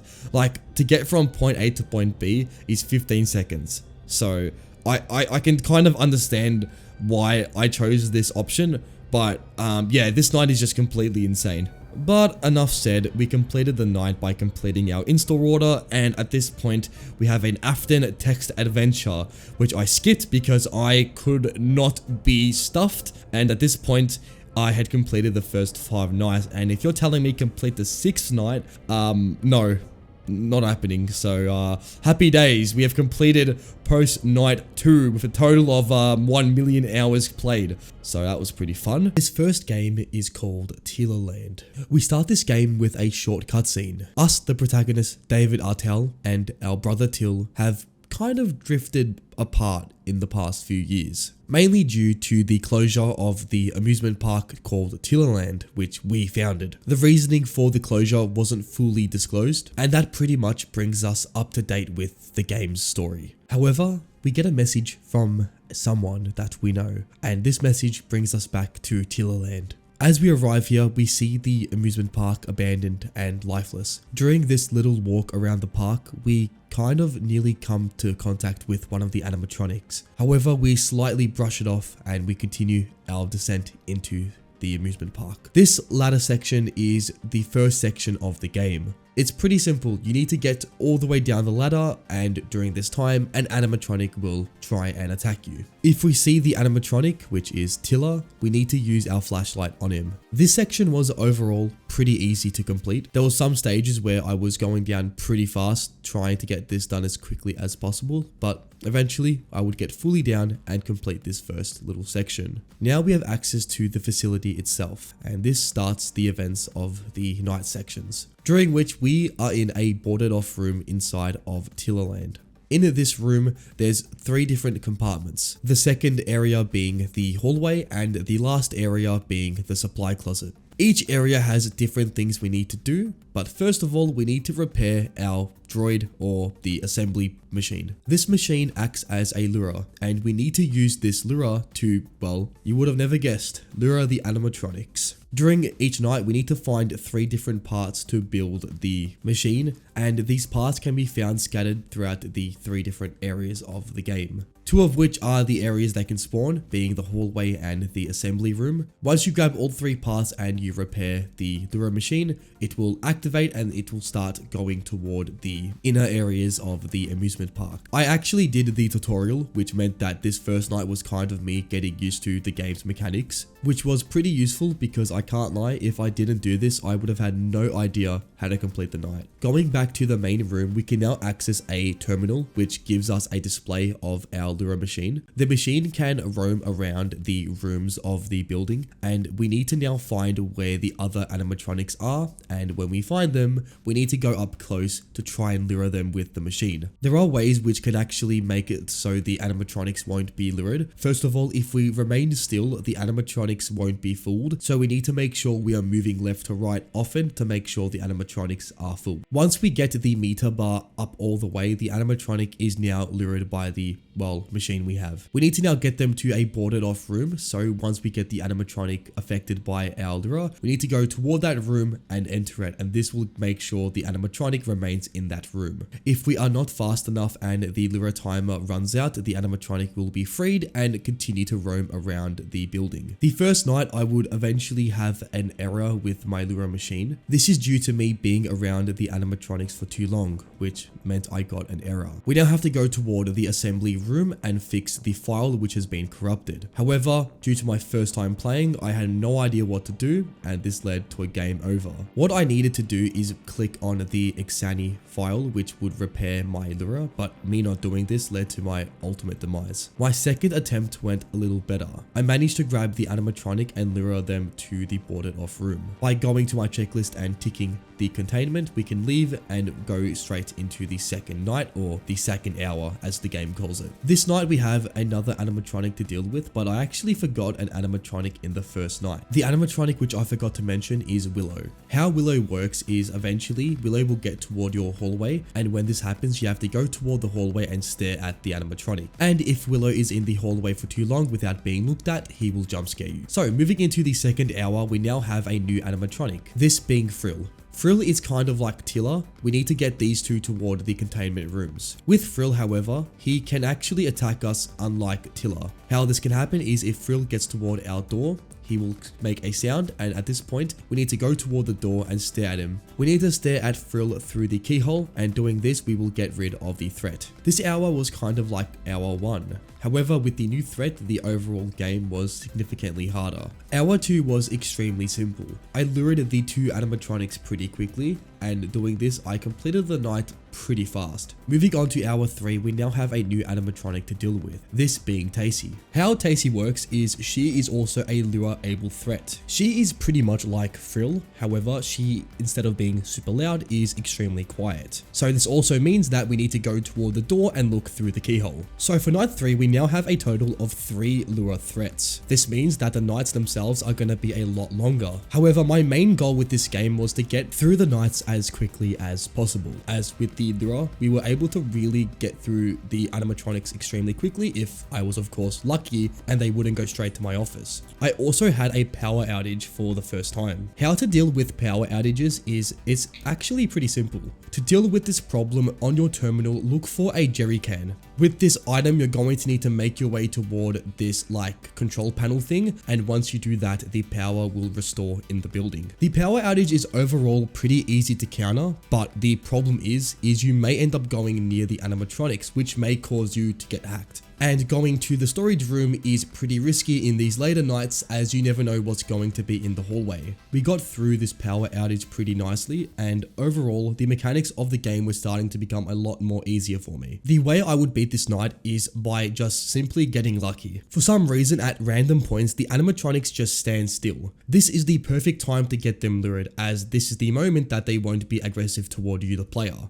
So I had this to happen to all 3 animatronics, which allowed me to get them into their respected rooms, and this would conclude hour 3 with a pretty nice little dialogue, and we'd move into hour 4, which was pretty difficult. This hour introduces the animatronic Mischievous. How this animatronic works is pretty simple. If you hear like a music box kind of sound start to play, he will be in the hallway. At this point, you cannot go into the hallway until this music box stops playing. If you go into the hallway, you're gonna get jump scared. The issue is sometimes you may not be able to hear the music box, as the sound is pretty low, which means that if you go in the hallway, there's always a chance he may be in there. So the nights now became a little bit more intense, as if I got, you know, my lure becoming hacked, I won't be able to know if the storage room is safe to actually get to and get back into the main room. So this night would take me a lot of attempts. To find where Mischievous is, going on the terminal, we can see the 2 animatronics that go toward the office. If I see the clown-like animatronic get near it, I just wouldn't go through the hallway, just focusing on getting to the lure-able threats. During this time when the clown is in the hallway, it was a perfect opportunity to start going for the animatronics that I need to lure. This is because during this time you actually don't need to be in the hallway to remove the animatronic threat, meaning that I can just focus on the terminal and get the animatronics into their respective rooms. And as soon as you knew it, I eventually was able to beat this night, but it did take me a couple of attempts. And I mean, it nearly took me over an hour to beat, but that meant we would now be able to beat the 5th hour of the game.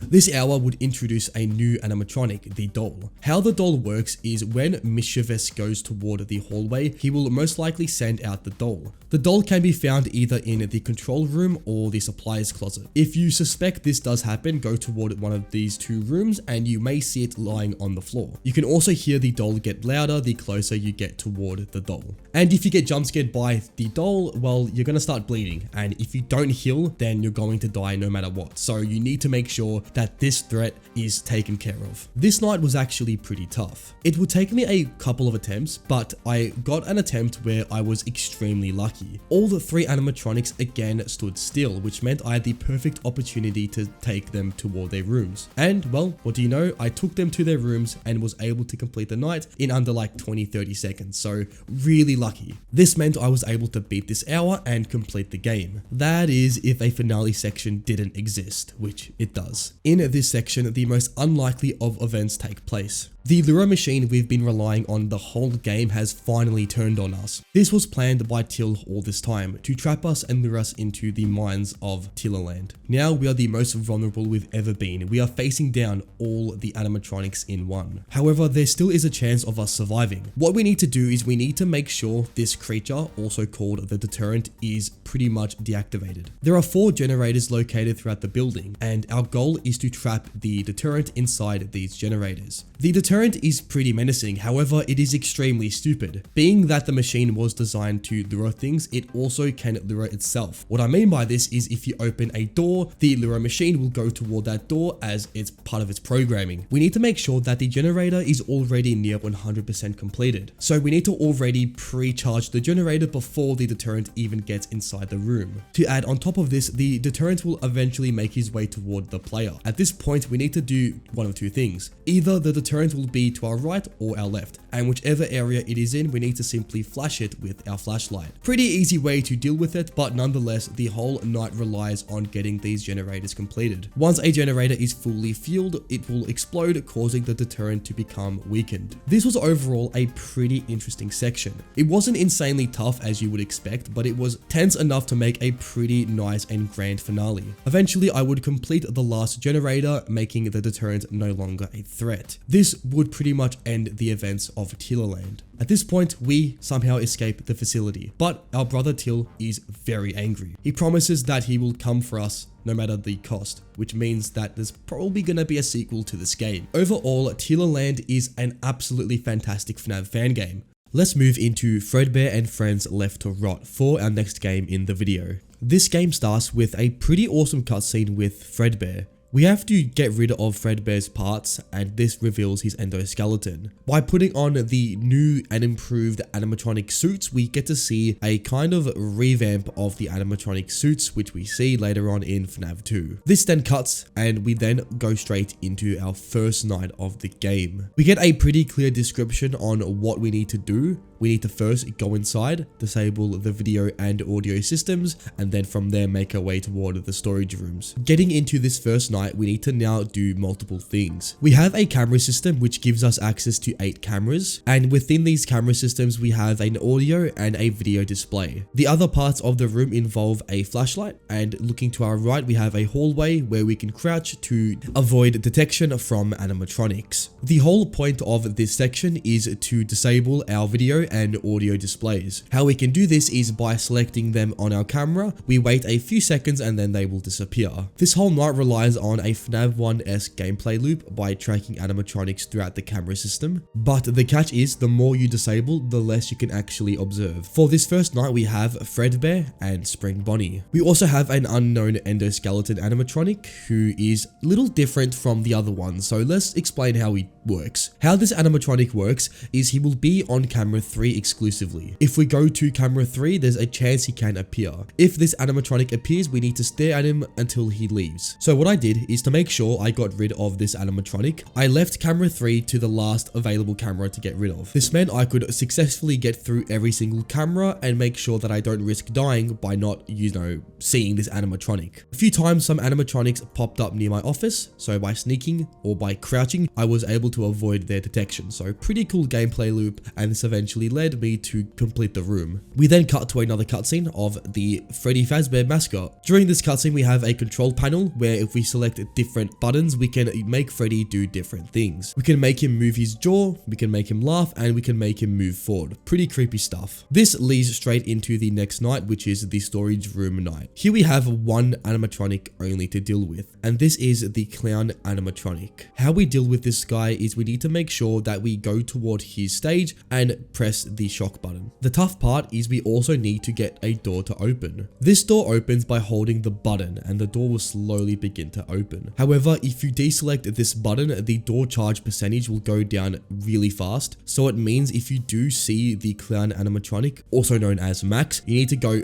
right to left pretty quickly to deal with the animatronic. The night has no time limit, so you can pretty much spend as much time as possible, but that's kind of a bad thing because if you're not careful, you could be here for a while. But by making some risky plays, we got the percentage up pretty high. Keeping track of max wasn't really too difficult, and eventually we beat this night and moved into our next room. The next night intermission section houses a few arcade games. The first game being Golden Comet, which is a kind of arcadey shooter game, which just is pretty cool. And the next game, which is a more broken, just decrepit game, which kind of alludes to some lore happening in the game, but nonetheless, we eventually beat this and the game freezes, crashes, and we move into our next room. This room, we have two animatronics. The first one being Nightmare Musiki, that's an absolutely Chad name, and the other one which is the Winding Toy. The night is again pretty simple like night 2. We need to get the vent behind us to open, and we need to slowly make it open as we deal with animatronic threats. We need to turn around and this will house the first animatronic, which is the Winding Toy. To deal with this animatronic, you just have to hold it and it will begin to wind, making him not a threat. And the other one, Nightmare Musiki, he will either come from straight in front of you, trying to attack you, or your right, where he will go through a door. If you see Musiki, you need to use the Hyper Flash, which will scare him away. This night is pretty simple, just keep getting that vent to open and dealing with these two animatronics. Eventually, we would beat this room and go straight into another cool midnight section. And by pressing it, we hear some audio of the Springlock suits. The audio itself is exactly like Phone Guy in FNAF 3, and we are told how these suits work and what to look out for. After which, we get straight into one of these highly dangerous suits, and if you can imagine, it's FNAF, we get spring-locked. Well, I think we do. It looks like we do. The next night actually has a more FNAF-esque kind of situation. We are in the test room 2, and here we have all the rotten animatronics to deal with. The whole room itself is completely toxic, so we have to have a gas mask to accompany us throughout the night. The night itself is pretty simple. We have 4 animatronics to deal with, and those being Rotten Freddy, Rotten Bonnie, Rotten Foxy, and Rotten Chica. Rotten Freddy and Rotten Chica work pretty much the same. Both animatronics will eventually make their way toward the vent. Once they get into the vent, we're going to need to disable the ventilation. This will cause the animatronic to leave. However, for us, the player, we need to make sure that we immediately restore ventilation, as during this brief period of time, the toxicity will spike tremendously, meaning that if we're not careful, we could pretty much die. For Rotten Bonnie, to get rid of him, when he occasionally sneaks up behind you, you can see him through this piece of glass. If Rotten Bonnie does get to this position, you need to wait until he gets his hand and starts reaching for you. When he does this, you need to use the fan to our left, and this will get rid of Rotten Bonnie. And for Rotten Foxy, if you see him in the hallway, you're going to need to press this button, which will disable power throughout the building, which means Foxy cannot see us and we can get rid of all threats. This night did take me a couple of attempts, but eventually I would get the hang of things and start to build kind of a routine throughout the night.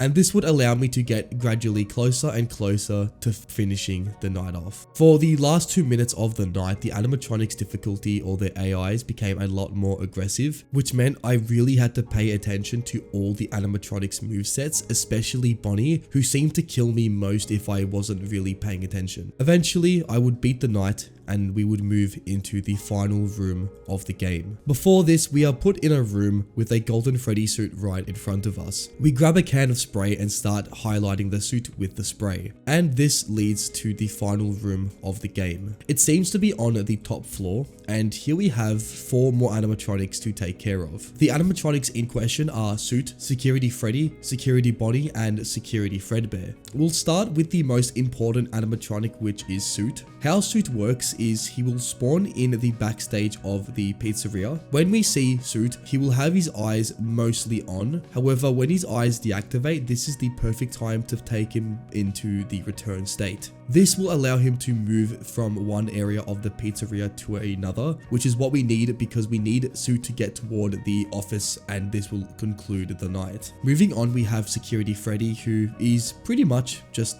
Michael Myers. He will occasionally pop up in front of your office, and if he does do this, he will have a knife in his hand. If this does happen, there's a piece of paper on the glass, and you need to move this on his eyes to block his view. If you do this correctly, he should leave without jump scaring you. And next is Security Bonnie, who is pretty simple and is by far the easiest to deal with. Security Bonnie will occasionally pop up on your right, and if this does happen, you have to use the cables you have provided to you, and holding these cables you can shock Security Bonnie, which will make him go away. And lastly, Security Fredbear. How he works is occasionally on your cameras you can see him pop up. If you don't go off the camera fast enough, he will disable all the cameras for a certain period of time. Now that we have all the animatronics out of the way, it's time to actually beat the night. When I first started this night, I was pretty confused on what to actually do. But the night is really simple, like stupidly simple. In the control panel, you have the return button and the locate button. All you need to do is press the locate button to find Suit, and then press the return button when Suit's eyes aren't activated. This will move him to one of many rooms, but we need to get Suit to the office, so we need to move him toward that direction. We can't really decide which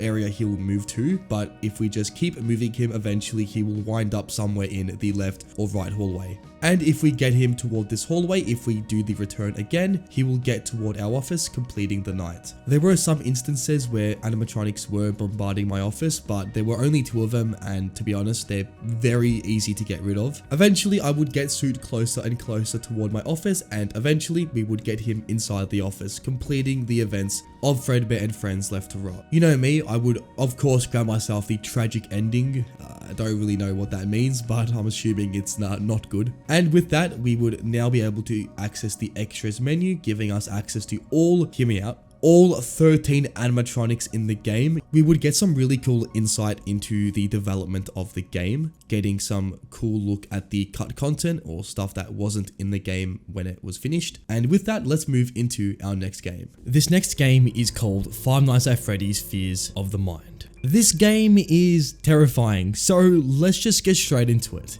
So we start this game off with a really terrifying cutscene of all the animatronics in our bedroom. Yes, they look absolutely disgustingly terrifying, so that's going to be fun. And if you can't tell, yes, this is a FNAF 4 remake. Moving into the game, we have a little sketchbook which kind of gives us a little hint on what to expect. Us, the main character, Andrew Brown, has been kind of noticing some animatronics as of late. We've been writing these encounters down in our notebook. This kind of acts as the main tutorial, giving us a clue on how to deal with the oncoming animatronics. Also a pretty cool reference to Bonnie with what's the Wi-Fi password. I don't know, I just thought that was pretty cool. So we hop into the game and we see what seems to be a really secluded room. The red sky mixed with the very tall forest makes for a really terrifying but immersive environment. We also have a storage system, and how this works is throughout the bedroom there's going to be batteries. The placement of the batteries can vary. Some can be on your bed, some can be next to your TV, but anyways, there's batteries, and if we collect them we can put them into the chest. Wouldn't you know it, but Chica actually likes batteries and will actually go ahead and steal your batteries if you let her do so. How Chica works is that in the window in front of you, occasionally Chica may swing on by. Chica is very much like Foxy from FNAF 1, you just have to keep an eye on her. She has a set move pattern and will eventually get closer and closer to the window. So to deal with her, make sure you are constantly checking the window for her arrival. Also, I found that this animation is absolutely terrifying. When I first got this in game, I screamed a bit. And of course, if you let Chica go too close toward your bedroom, she will actually enter the bedroom and take your batteries. Pretty terrifying. Next is Bonnie. With Bonnie, on the right side of your bedroom, there's a door. This door leads to the hallway, and we get a really cool picture of, I guess, a bald dude. But nonetheless, Bonnie will eventually make his way toward this hallway. If you see Bonnie, you need to close the door and lock it. When I first encountered Bonnie, I kept dying to him because I didn't know you actually have to lock the door. I thought that you just had to close it, but you need to actually press the lock. And I'm not even gonna call these animatronics, they're just nightmare fuel, to be honest. So this thing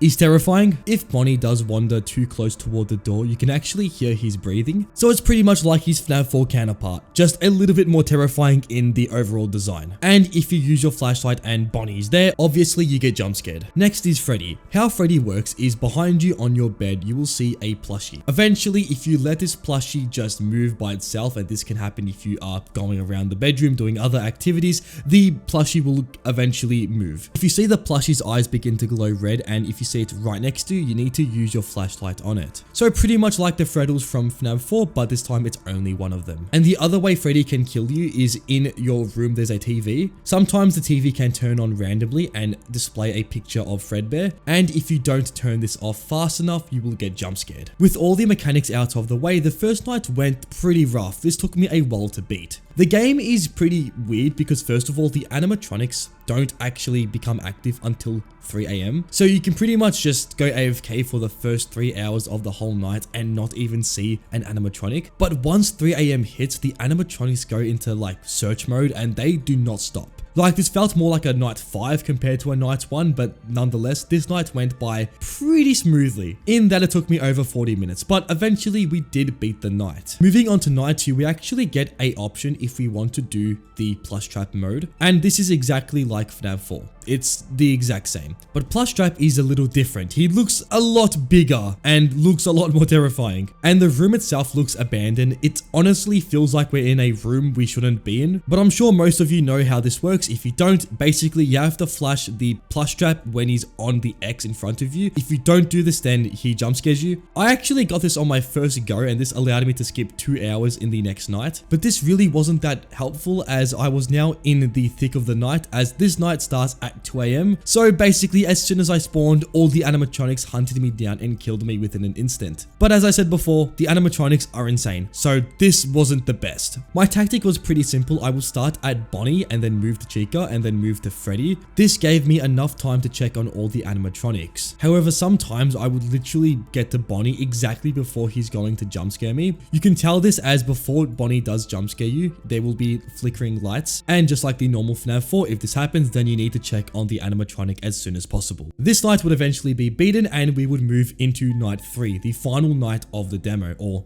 I think it is. I haven't actually beaten it because, spoiler alert, it's impossible. This night begins at 1 AM and it is insanely hard. Like, the animatronics feel like they're in night 7 mode, like max difficulty mode. Every second you get is pretty much met with an animatronic. And also Foxy is now awake and he is pretty annoying. In your closet next to your bed, Foxy will occasionally spawn, and if you see his hook or if you see the whole animatronic, you need to close the cupboard. But pretty much, if you don't know already, the animatronics spawn really fast. So by the time you check all the animatronics, one would have already snuck up and killed you. I tried attempting this night multiple times, and each time I would be killed by Bonnie because I would just not make it toward the door. I was playing the night for around 30 minutes to an hour and I just couldn't beat it, so I'm sorry to say, but I'm going to have to leave it at that. This game is honestly looking to be one of the most unique and exciting FNAF fan games we've had in a while. The design of the animatronics mixed with the gameplay is really promising, and I can't wait to see what else is in store for this game. But anyways, let's move on to the next one. Our next game is Welcome to Fredbears. We begin this game inside of William Afton's home. It seems that some time has taken place between the missing children incidents, and we seem to be still alive, so something already is off. We have a phone call that tells us we need to go to our rental place and get rid of all the animatronics, or else we'll be fine. So we comply with this and we go to the rental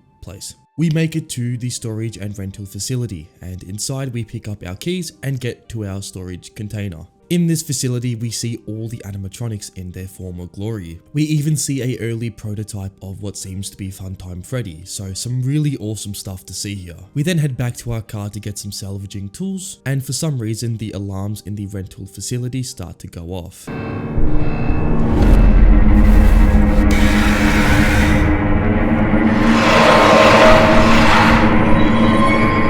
Circus Baby made it out of her containment facility and seems to be well and truly still alive. Circus Baby chases us straight to our office. We then lock the doors and we barely escape this encounter. Now we begin the actual night sections. We need to survive to 6 AM. In front of us we have the main area. This houses Spring Bonnie, and Bonnie will often make his way toward this window and start to move his hand. When Bonnie does this, we need to make sure we turn off the power in the building. If we fail to do this, Bonnie will break the glass and eventually jump scare us with this really sick animation. With that, let's move on to our next animatronic, who is Costume. Costume is located to our right and he just sits there throughout the events of the game. However, he will slowly begin to move. The way to get rid of Costume is to simply flash your light at him. This will remove all his progress and set him back to his first stage. If you don't do this, eventually Costume will move closer towards you and eventually jump scare you. The next animatronic is Fredbear. Fredbear is by far the simplest animatronic to get rid of. If you hear laughter or Freddy's iconic laugh, this means that Fredbear is moving. You are going to need to simply look to your left and flash your flashlight down the dark hallway. If you do this correctly, you should see Fredbear move away from your flashlight with this really creepy animation. I actually have no idea if Fredbear even has a jump scare because throughout the course of this game, I never actually got jump scared by him, but I assume if you don't flash your light at him, he eventually jump scares you. So for this first hour, we pretty much have all the mechanics down pat. But how do we actually complete the night? Well, there's a computer in front of us, and on this computer is a progress meter.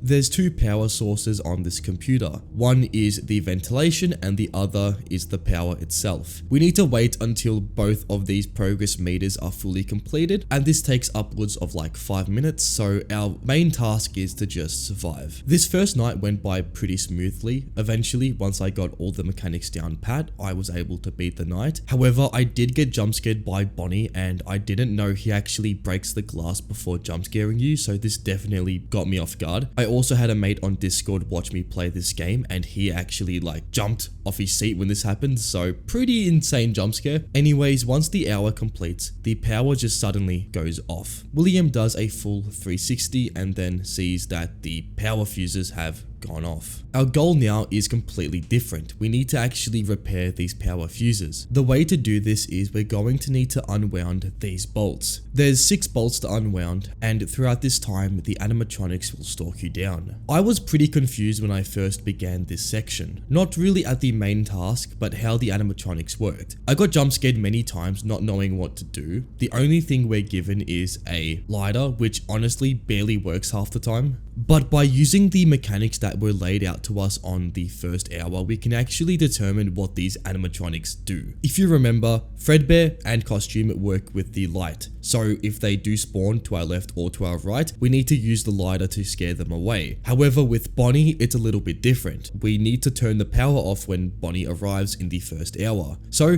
what this means is during this section, we need to turn off all our power or the lighter and look directly at Bonnie. This will eventually make him go away. With that, I knew how all the animatronics worked, but now it was simply just trying to get through this section. After unwounding all the bolts, we're going to need to replace the fuses. So to our right, there's a full fuse box, which is pretty handy to have. Using this, we can repair the fuses and simply rewound the bolts that we unwounded. And as soon as you knew it, I completed this section and this restored power to the building. It was now 1 AM and it's now pretty obvious what we have to do. We need to repeat this for 6 hours straight. This next hour stays pretty much the same. However, a new animatronic joins us throughout the night, this being Foxy. Foxy is pretty random. Foxy can pretty much spawn at random times, so you can't actually pinpoint when he's going to attack. The only thing that can warn you is the audio cue that plays when he's going to run at the door. If Foxy is seen down the hallway, you're going to need to slam the door shut. With that, that's pretty much all the new things this night adds. The rest is the exact same from the first hour. So by just going through the night just like the first night, I eventually got through this hour and made it back to the fuse section. Again, pretty much the exact same thing. However, the animatronics are a little bit more aggressive, so this means you're going to need to be a little bit more alert on when they spawn in. Also, I forgot to mention, they actually make a little audio cue when they spawn, and this is different for every animatronic. Freddy laughs, Bonnie just slams his foot on the ground, and Costume just breathes in your ear. And with that, those are pretty much all the mechanics mechanics for this section. By keeping an eye out for the animatronics and by slowly winding all the bolts, I eventually got through this section and made it to 2 AM. 2 AM and 3 AM have the exact same mechanic from 1 AM, so nothing new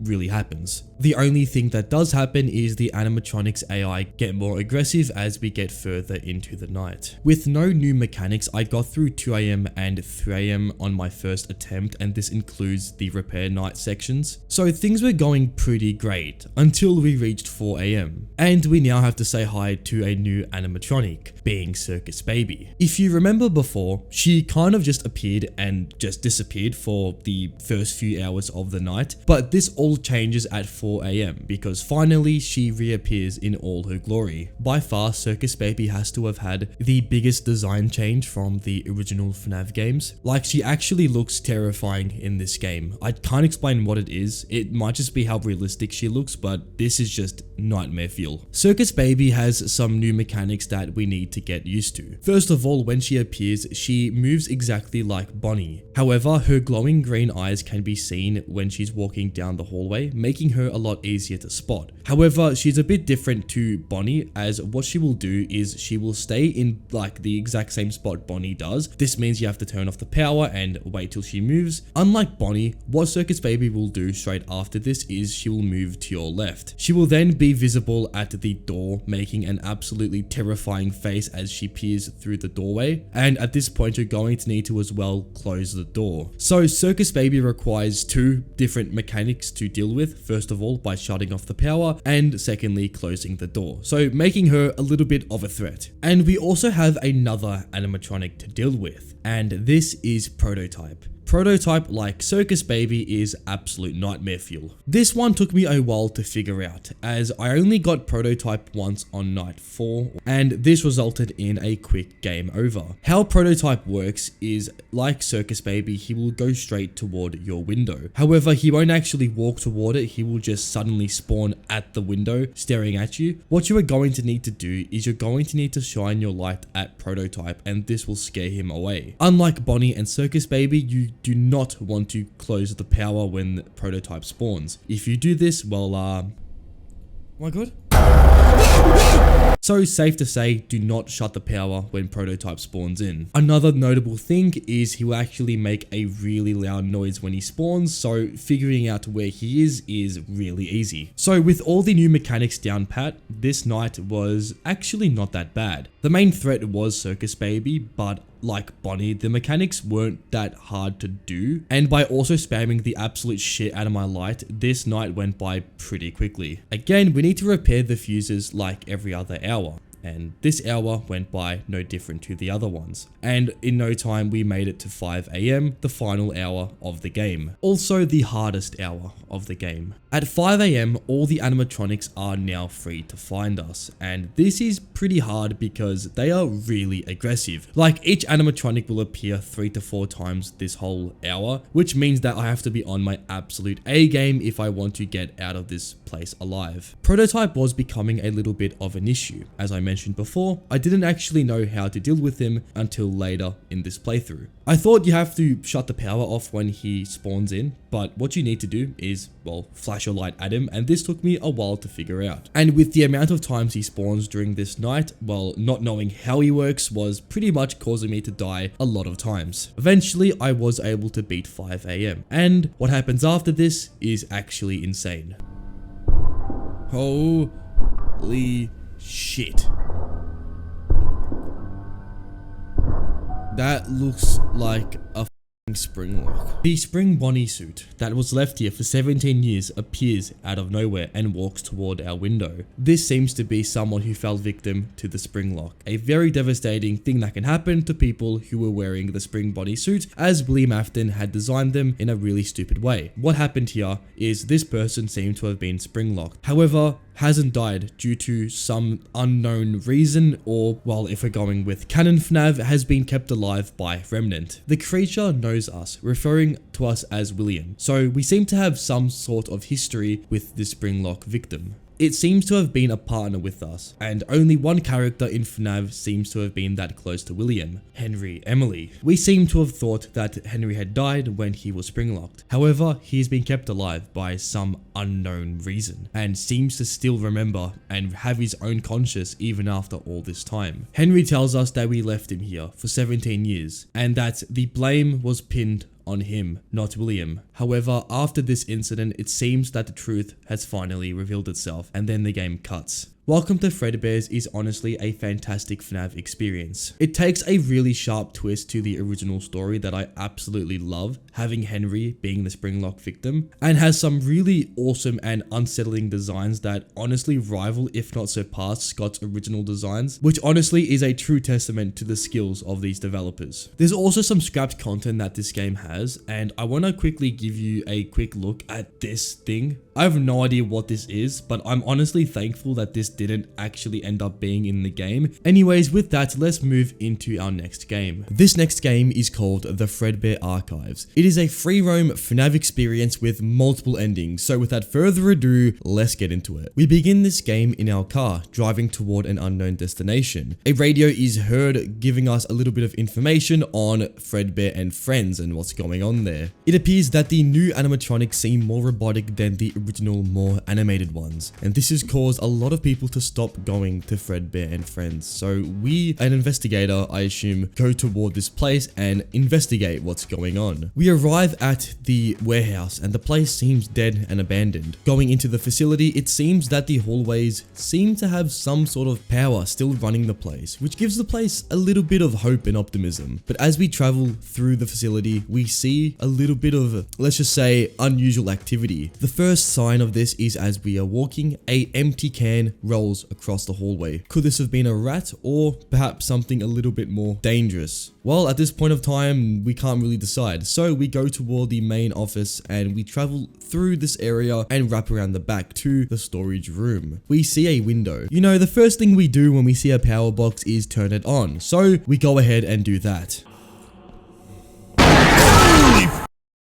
It appears that not only are we alone, but we are being stalked by the animatronics as Lefty delivers a very sharp jump scare. This isn't the end, however. We wake up at the main office area. We are given a quick little message saying that we are not alone and we need to escape as quick as possible. So without wasting any time, we go ahead and begin our night. To beat this game, we need to go ahead and escape. To escape, we are going to need multiple items. These items can be found throughout the facility, and well, the items are random for each game. So pretty much we need to go ahead and start looking for stuff as soon as possible. However, as we go ahead and find these items, we come to learn that the animatronics are now active. The following animatronics are the Rockstar animatronics. We have Rockstar Chica, Rockstar Freddy, Lefty, and Rockstar Bonnie. So overall, 4 animatronics are hunting us down. The first animatronic is Rockstar Bonnie, by far the most prominent animatronic. As we walk across the facility, Rockstar Bonnie will track us down. However, if we stare at the animatronic, it won't move. So essentially, kind of like a weeping angel, if we move, it follows us. If we stare at it, it stays still. The next animatronic is Lefty. Lefty will patrol the facility at a very slow pace. However, if Lefty does see us, then we are pretty much screwed. The animatronic itself is extremely fast, so making an escape is pretty much impossible.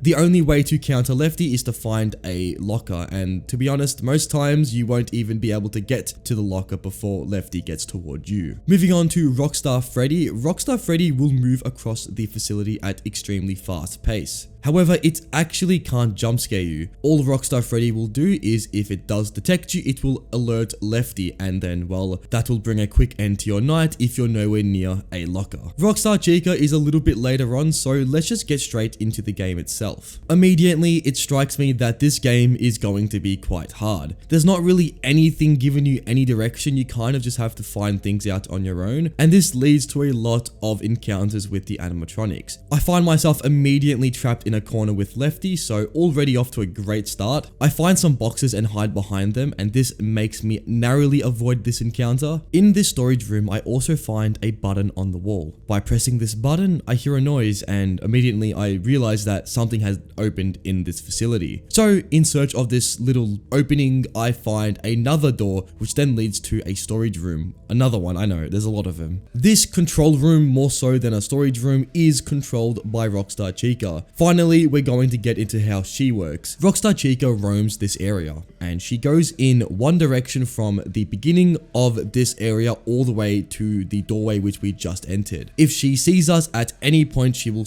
track us down and jump scare us in mere moments. The only way to really avoid her is by going right behind her and slowly going through this area, or by just hiding in areas around this place and hoping that she doesn't detect you. This area is by far one of the trickiest areas in the game, because if Chica detects you at all, well, then your game will end very quickly. My first experience in this area, well, it didn't really last long. I was just running headlessly in this area, just looking for anything I could find. I did find some buttons, but the button that I found, well, let's just say Chica also found me. And then in around 2 seconds, I was jump scared. However, I did find a ladder, and this door is actually the door which opened when I pressed that button before. It was now time to find a way through this labyrinth. So I go ahead and go back to this area and try and tackle this maze. I did find a path to get around her. By going to the room with the ladder, I was able to hide in there and wait for Chica to go all the way around. By doing this, I can sneak up behind her, go across the maze, and make my way toward the other side. There's 3 overall buttons in this area. One was the button we found before, the other one is in the middle of the maze, and the last one is at the very end. By pressing all 3 buttons, a area will open, and this will house one of 2 items, either the hammer or the screwdriver. Now it was time to get back toward the other side of this maze. However, Chica is now going toward us, so we have to go inside the locker. However, in this playthrough, as you can see, let's just say I wasn't really checking on Bonnie and I kinda got stuck. So with no way of escaping, I just succumbed to the inevitable, and let's just say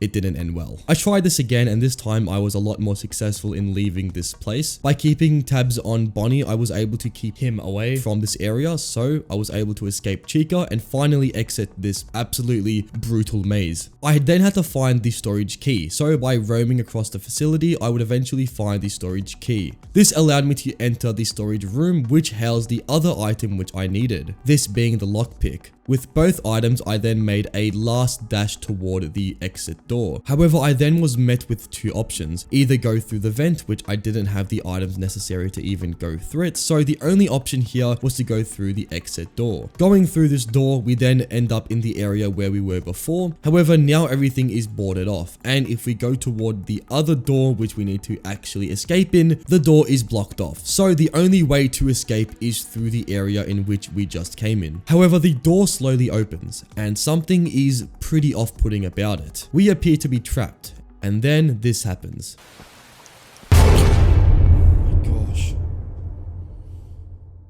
We had an escape, and this is essentially the bad ending of the game. But I wasn't done yet. I needed to get the good ending. Hopping into a new playthrough, we need to now collect every single item. The items which I had missed was the screwdriver and the 3 ladder pieces. So it was now time to find these items. By going through the facility, I would be able to find the first ladder piece in the door we opened before in the control room. Next, by grabbing the hammer, we could now open the second ladder piece. There's a box around the facility, which is pretty obvious. You can see it's a box with an item inside of it. If you smash open the box, you will see the second ladder piece will be in the box. And lastly, we need to actually grab a forklift control key. This key can be found in the very same room where you can find the second key item, where in this game it was the lockpick. In the room next to this item, we found the forklift key. By activating the forklift, it will go straight toward this wall and it will drop the last piece for the ladder. With all 3 ladder pieces, we now need to make our escape. So by going to the door which we opened before, this time we can actually select the vent option. This option allows us to go through the vents, but something is actually inside these vents that we need to watch out for. At this point, we just need to keep on going through the vents, but eventually we find that Foxy is also in the vents with us. Foxy is pretty simple. He will just kind of make his way through the vents occasionally, and if you do see him, just don't continue on forward. Just wait until he passes and then continue your path. I had a few encounters with Foxy, but eventually he just kind of left me alone and I was just kind of left to find my way throughout this maze. The vents themselves are quite confusing as there's not really a direction to go, you just kind of have to guess where you're going. But by just continuing on forward for a long period of time, I eventually found a hatch. By going down the hatch, we had escaped the building. So by entering our car and driving off, we have escaped the Fredbear Archives. And by doing this, we also get the good ending, finally solidifying that we have in fact successfully escaped the building. However, this was not the end, as it appears that in our apartment, someone is knocking at our door. We were writing down a rough analysis of the events which had happened to us. However, after hearing the knock, we stop what we're doing and go toward the door. I know it's gonna be Freddy Fazbear. And Freddy Fazbear. By opening the door, it appears that someone is there wanting us, and with that the game ends. The Fredbear Archives is one of those games which honestly doesn't have enough recognition. It is actually a fantastic FNAF experience, one that I honestly never heard of up to this point. But with that, that's about it for this game. Let's move on to the next one. Revenant. It's a remake of FNAF 3, and it significantly improves the third game, and actually makes it a pretty hard one at that. So let's get into it. So immediately we start this game off with shift 1, and we have a short cutscene. This cutscene doesn't show much. All it really shows is a room that seems to be like a classroom. I'm not too sure what it's even meant to be, but then again, FNAF lore itself makes no sense, so yeah. And we get into the actual game, and immediately the atmosphere just has this eerie and haunting vibe to it. Fazbear Frights really is a location that is not really utilized in the FNAF series as well as it could have. Here we get to see a totally just raw and just eerie atmosphere that is unlike anything I've seen in the FNAF franchise. The game itself is a lot like FNAF 3. The camera locations are a little bit tweaked and the vents themselves work a little bit differently, not much, but a little bit different. They're just located in different areas. Also, another thing that I notice is going to the control panel. The actual way to utilize this is you need to combine a input. Like for example, for ventilation, you have to input RRES, and that was just something I found bizarre, but eventually I kind of got used to it. Everything was going fine, and we had Phone Guy talk about how, well, this is a horror attraction, blah blah blah, FNAF 3 lore stuff. But I found the most important thing about this night was getting used to the mechanics. They were definitely different, to say the least. The sound design as well was something that I really thought this game nailed.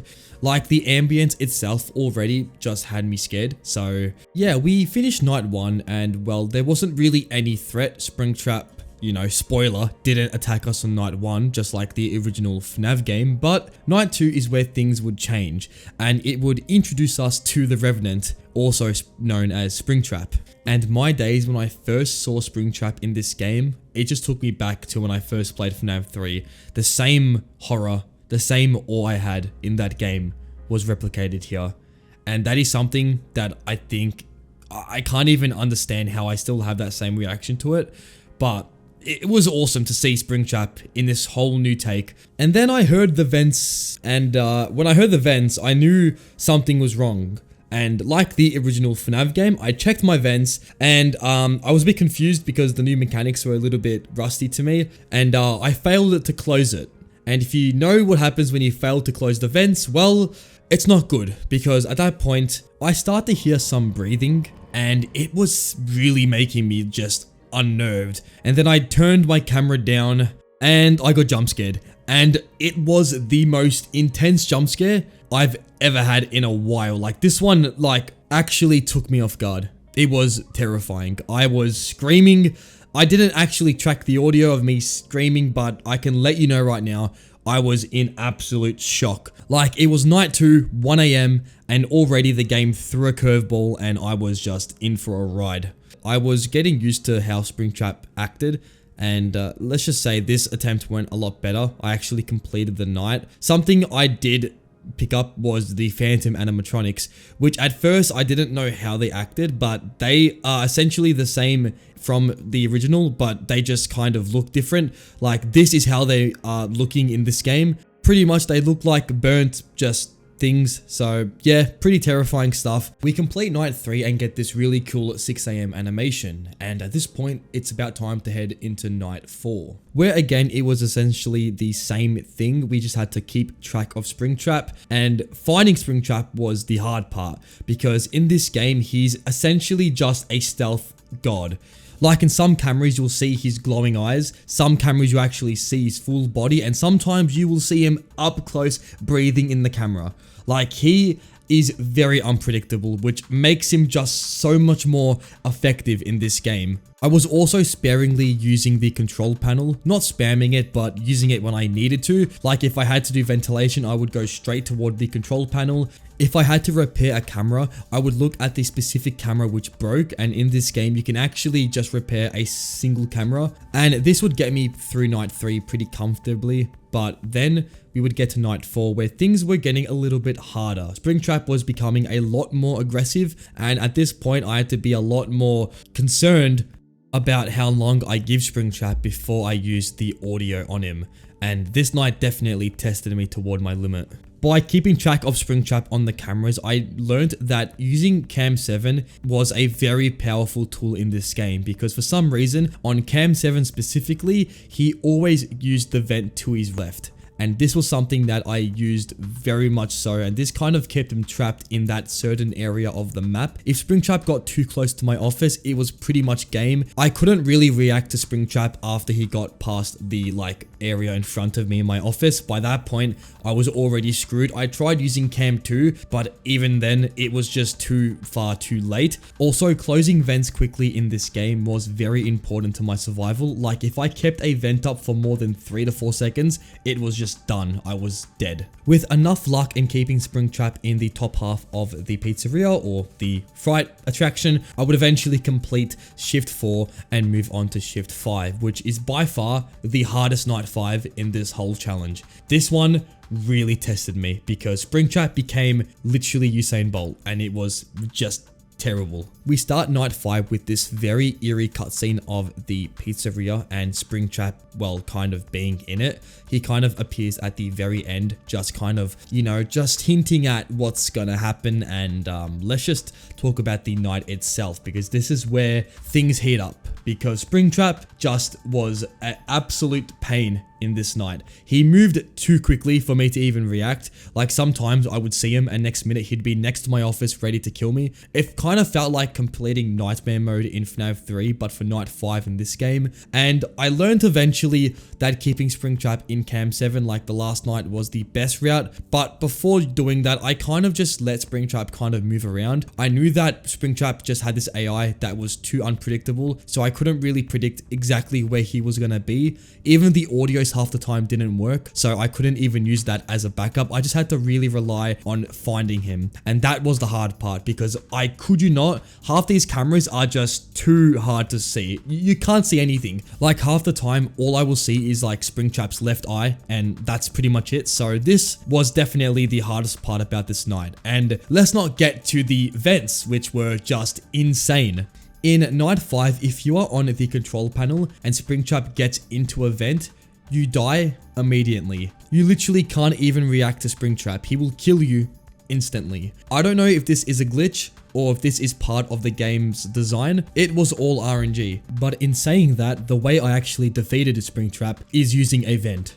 Yeah, pretty mind-blowing, I know, but we kind of touched on before the Cam 7 and how useful it is to keep Springtrap away. Well, it is literally the most broken thing in this game. When Springtrap is on Cam 7, he has a very high chance of getting in that vent. If we keep Springtrap in this little corner, it makes our night a lot easier and actually makes the RNG not as hard. So I kept him at Cam 7 and I had him there for nearly the whole night. Literally from 2 AM to 6 AM, Springtrap was in my top left camera. So that was awesome. It is a little bit like cheating, but if the game allows it and it's programmed in the game, then I mean, what can I do? And also, it's not guaranteed that Springtrap will listen to every audio lure I make. So it was a bit of RNG, and mainly we just kind of used Cam 7. So with that, I would complete night 5. We have one last shift to complete, which is going to be the ending shift, or whatever it's called. I honestly forgot. But in this shift, we are essentially in the FNAF 1 pizzeria, and we kind of just walk around looking at the environment, and it is just completely shut down. This place looks like it hasn't been touched in literal decades. Honestly, I thought an animatronic would just pop out of nowhere and say hi to me, so that was pretty frightening. But eventually we would find a boarded off room that houses a William Afton, who seems to be somewhat in his Springtrap phase, where he's being, well, spring locked. It appears that we actually find Springtrap and bring him to Fazbear Frights. That's what I'm alluding to. But nonetheless, pretty cool ending to this amazing fan game. Honestly, huge props to the developers on this game. Just, it was an amazing experience. It turned FNAF 3 into one of my all-time favorite games. Just top tier. And the cherry on top is we get some concept art for this game, and here are just some awesome designs. And that about concludes Revenant. So the next game is going to be Return to Bloody Nights. As soon as I opened this game, immediately the quality overflowed me. It was really top tier. I mean, you start off and the game already gives you a cutscene, which is really awesome.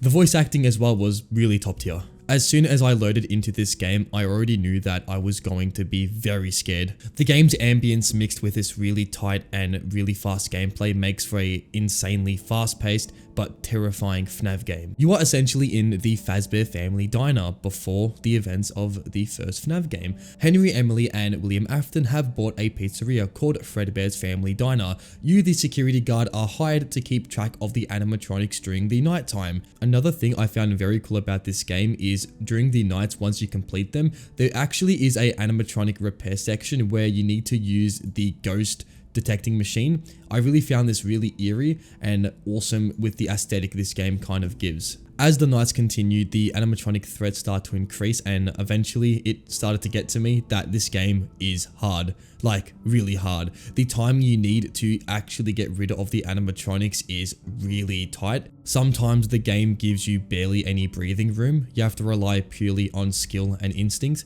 The puppet I found to be one of the easier threats in this game to detect. All you need to do is look behind you, detect the puppet with your flashlight, and well, it goes away. A cool thing I also found was a Sonic Easter egg. Whoever added this is an absolute legend. As the nights continue, the animatronic threats got a lot more intense. Eventually, we would close off with night 4. And at this point, we would have to go ahead and use the ghost detecting machine on Fredbear, or the version 2 version of Fredbear. Yes, this game has multiple versions of the animatronic, which is absolutely insane. We would next get this really awesome monologue, and now it was time for the Friday shift. And here we have every animatronic thread in the game. The puppet, version 1 of Fredbear, version 2 of Fredbear, version 1 of Spring Bonnie, and version 2 of Spring Bonnie. And we also have the cupcake, who has now made an appearance. This night was brutal. Everything down to the animatronics, the way they hunt you down. Fredbear is by far the most terrifying animatronic in this game.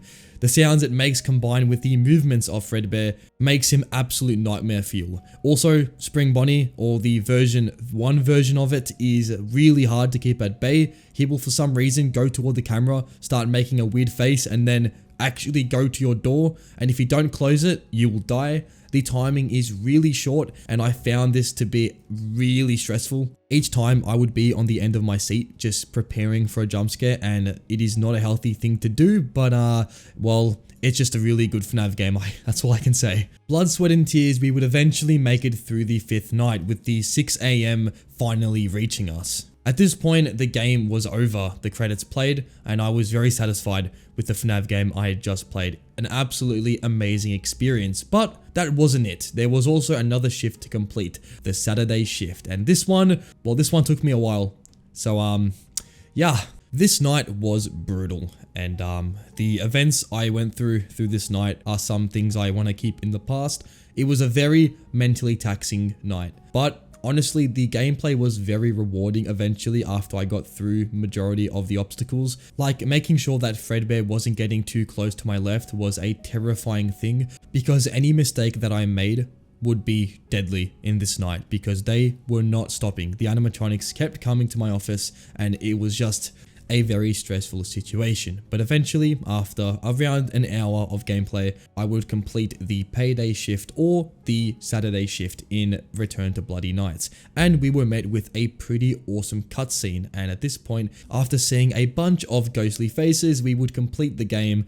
And unexpectedly, there was a lot of FNAF lore in this game. Obviously, everything is made up. It's a fan game, but still, the lore ties in really well with the actual events of the games. And another quick thing, the check you get at the end, if you look toward the left, this picture is actually the fake rumored Freddy Fazbear pizza, which went around years ago, back in like early FNAF days. So, and that's about it for Return to Bloody Nights. There's also an extras menu where you can see a bunch of the early game development stuff. It's pretty awesome. Something that was really cool that I found is they show you the old office, and there's a meter at the bottom where you can actually scroll, and it progressively becomes more like the old version, which was originally meant to be in the game, but obviously it's cut content. I really found that interesting. So this next game is Juniors, and this is one of the most polished FNAF games I've ever played. So without further ado, let's go straight into it. We start this game off and immediately we are met with a cutscene, and here we are transported into a alternate reality. It appears that us, the security guard, have been killed, and we have been sent to this random place in this random pocket of space, and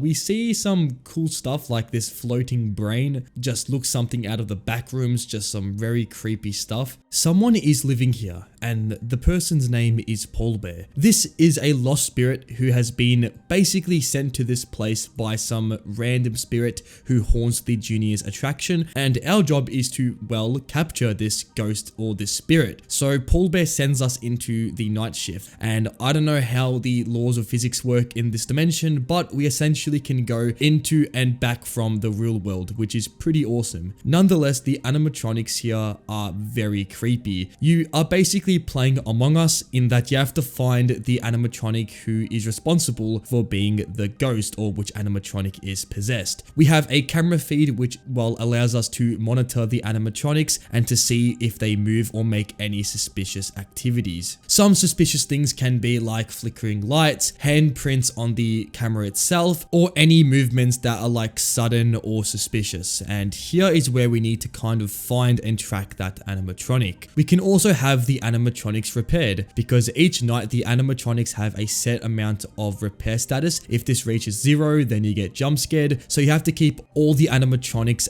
as high as possible, as if they get too low, then they will kill you. So this night I was kind of getting used to the sounds and the kind of visual cues the animatronics make. My first run went pretty badly as I was killed by the marionette, because something the game doesn't tell you is the marionette actually has a music box, and if you hear this and you see suspicious activity, then the marionette was possessed. So this killed me, and the jump scares themselves are horrific. And I also have to say huge props to these designs. They are just the most creepy animatronic designs I've seen in ages. These things are terrifying. But eventually I would guess the correct animatronic twice, and this would allow me to complete night 1, and now we had to go into night 2. And here we find a little bit more about what happened to Bear, and he gives us info on who he is, how he got here, and what our main objective is. And again, we need to find the ghost that is possessing the pizzeria, and we also are hinted at the basement,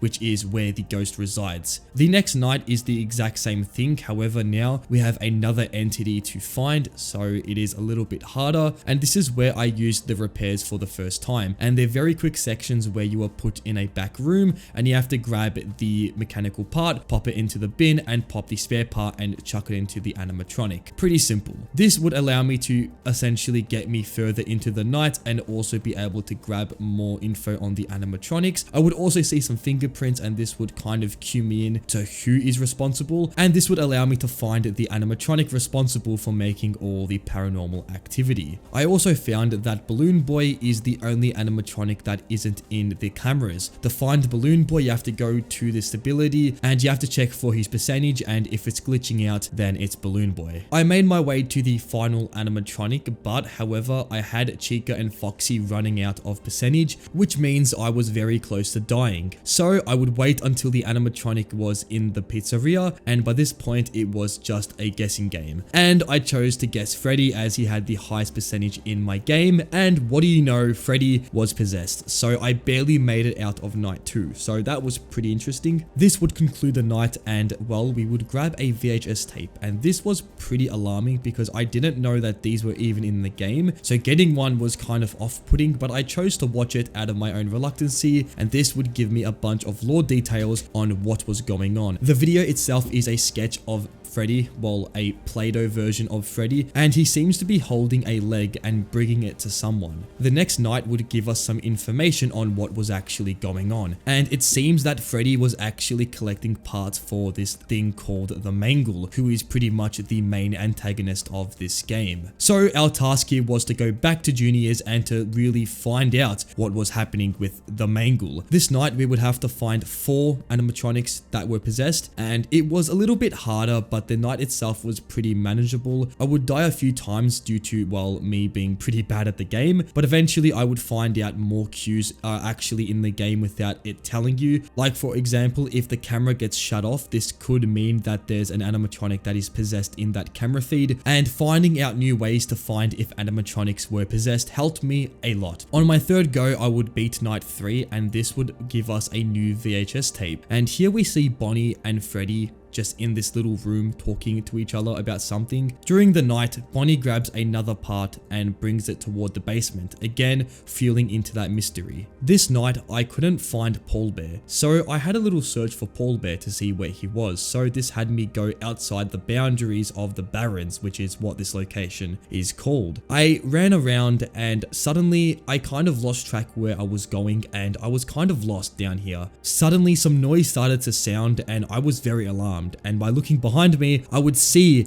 a spirit chase me down, and this was so scary because I was not expecting this to happen. So with that terrifying start to the night, I would actually begin the night by looking for animatronics. This night was a lot like night 3, but just with the addition of another animatronic to find. I would eventually complete the night, and this would lead us into night 5, but we have another VHS tape to watch. In this tape we have Chica, and Chica seems to awake in the middle of the night. She grabs a part and is seen walking toward the basement, and again it is alluded that the Mangle is some sort of amalgamation of all the animatronics. The last night is labeled the last night of sanity, kind of alluding to what would happen in night 6, but this night we have 2 more animatronics to spot, and this would leave us with 7 animatronics to find in one night. So I would get straight onto the cameras and begin to search for the animatronics, and this night was very hard. The good thing is that when you begin the night, the spirit spawns in straight away, so it gives you more time to actually search for the spirit. But then again, it is a way harder night, and mixed with all the animatronics percentage going down faster, it makes night 5 pretty difficult. So I had a bunch of deaths, but this would make me better at finding the animatronic. So with my successful run, I had a bunch of close calls, but this last night was very close. All of my animatronics were low on percentage, so this was just a matter of guessing, and I had Chica on like 10%, and when the animatronic spawned, I just went, you know what, let's go Foxy, and somehow it was the right animatronic, and this would conclude night 5, and this was where we finished the main game with a final cutscene of the, well, all the animatronics being brought to this one place and this entity being showed fully. And now it was time to actually enter the basement with night 6. We say our goodbyes to Paul Bear and we enter the basement, where we are met with a very sick cutscene of the FNAF 2 trailer but redone. This was something that I was not expecting. They pulled the FNAF 2 Bonnie trailer, and this was to show that we are now in the FNAF 2 building. This was insane. Like when I realized that there while pulling this off and I saw Bonnie's eye glow, I was fully just ecstatic because I knew at that exact moment we would be sent to the FNAF 2 pizzeria. And this basically acts like normal FNAF 2. You have the music box which needs to be wound, and you have all the animatronics, just not including the toy ones. The building itself looks run down, and instead of having a Freddy mask, this time you have a Bonnie mask, so that was pretty cool. The animatronics would also look more withered in this version, kind of looking like their FNAF 2 counterparts, so that was also another cool detail. I would eventually get to 2 AM, and this would introduce the Mangle, who is the final animatronic in this game. The music begins to get louder, and the reveal of the Mangle was very sick, and to have Mangle as the final animatronic was just so awesome to see. We would now have to face off against the Spirit and Mangle herself, and this would make a very tenseful final act of the night. How Mangle works is she will spawn in a bunch of owls randomly. If an owl does spawn in, you have to use the mask, and this will get rid of any owls in your office. Mangle is pretty simple. She will spawn in the hallway in front of you, and if she does this, she will do a massive roar, and you have to use the flashlight to basically scare her off. And lastly, the Spirit, how she works is you have to go on the camera, and if you see her, you have to simply use the flashlight, and this will make her go away. This night was super tenseful, but eventually I would beat the night, and this will conclude this game. You get this very horrifying cutscene of the Spirit herself, and she tells you to let her in, but we refuse to let this happen, and we wake up in the void where the Spirit is now in the area that we reside in, and she immediately attacks Fazbear. Us being the absolute legends that we are, we get rid of the Spirit, and now we would conclude the main events of the game. To end off, we see a little text saying that the place would open up 5 years later, and this will kind of hint at FNAF 2, so this was actually a prequel to that game, which I found really awesome. And then we would get this super chill ending of us and Fazbear chilling in the void. That about wraps up Juniors, and we get to see the cut content in the extras menu. We get to see all the characters behind the scenes, stuff like that. The game itself was originally gonna be a lot different. The game we got was kind of just a second interpretation of what was originally planned. We also get this super funny picture of the scrapped BB mask, which I find absolutely hilarious, so yeah. And that concludes Juniors. This next game is Final Nights 4, one of the most iconic FNAF games ever made. So without further ado, let's get straight into it. So starting off, a cutscene plays. Us, the main character Henry, are a paranormal investigator. We've been fixated on the case of Fazbear's Pizza, the investigation which has led us down a path of complete isolation. We needed to know more about what happened, so in a last-ditch effort, we made our way toward the pizzeria. But before this, an interesting letter came to our door, a letter from an unknown person. The letter states that whoever this person is waiting for us in the pizzeria.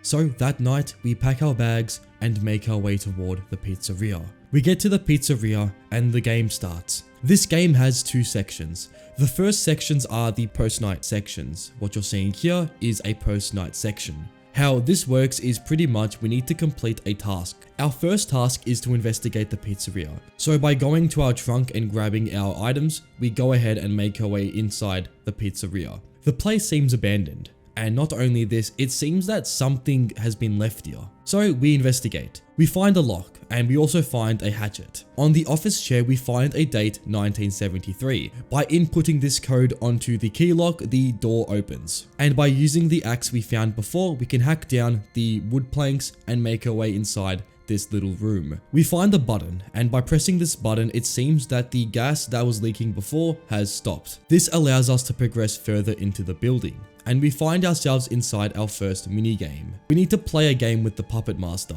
How this works is we have a flashlight. The flashlight has a battery, but to recharge, we need to look down and wind on the battery, which gives us more power. The main task ahead of us is we need to find the puppet. The puppet has 2 faces. One is the normal puppet, and the other is the hand puppet. The hand puppet is pretty simple. We need to use our flashlight on it, or if it's behind the curtain, we need to pull the curtain and look at it. And the puppet is the complete opposite. If we see the puppet, we have to just continue to stare at it. If we pull the curtain with the puppet in there, it will jump scare us. So we need to make sure that we can distinguish which one is which. This took me a while to figure out, as the game doesn't really give you much of a hint of what to do, but eventually I would work this part out. And mind you, this is a post-night section. This isn't even the main game. But with that, I would eventually complete the night and would absolutely be startled by a puppet jump scare. This took me completely off guard, but nonetheless we completed this section and move on to the first night. Finally we get into the main gameplay, and it's very complex like the post-night section. So immediately we get a phone call by William. He tells us about the pizzeria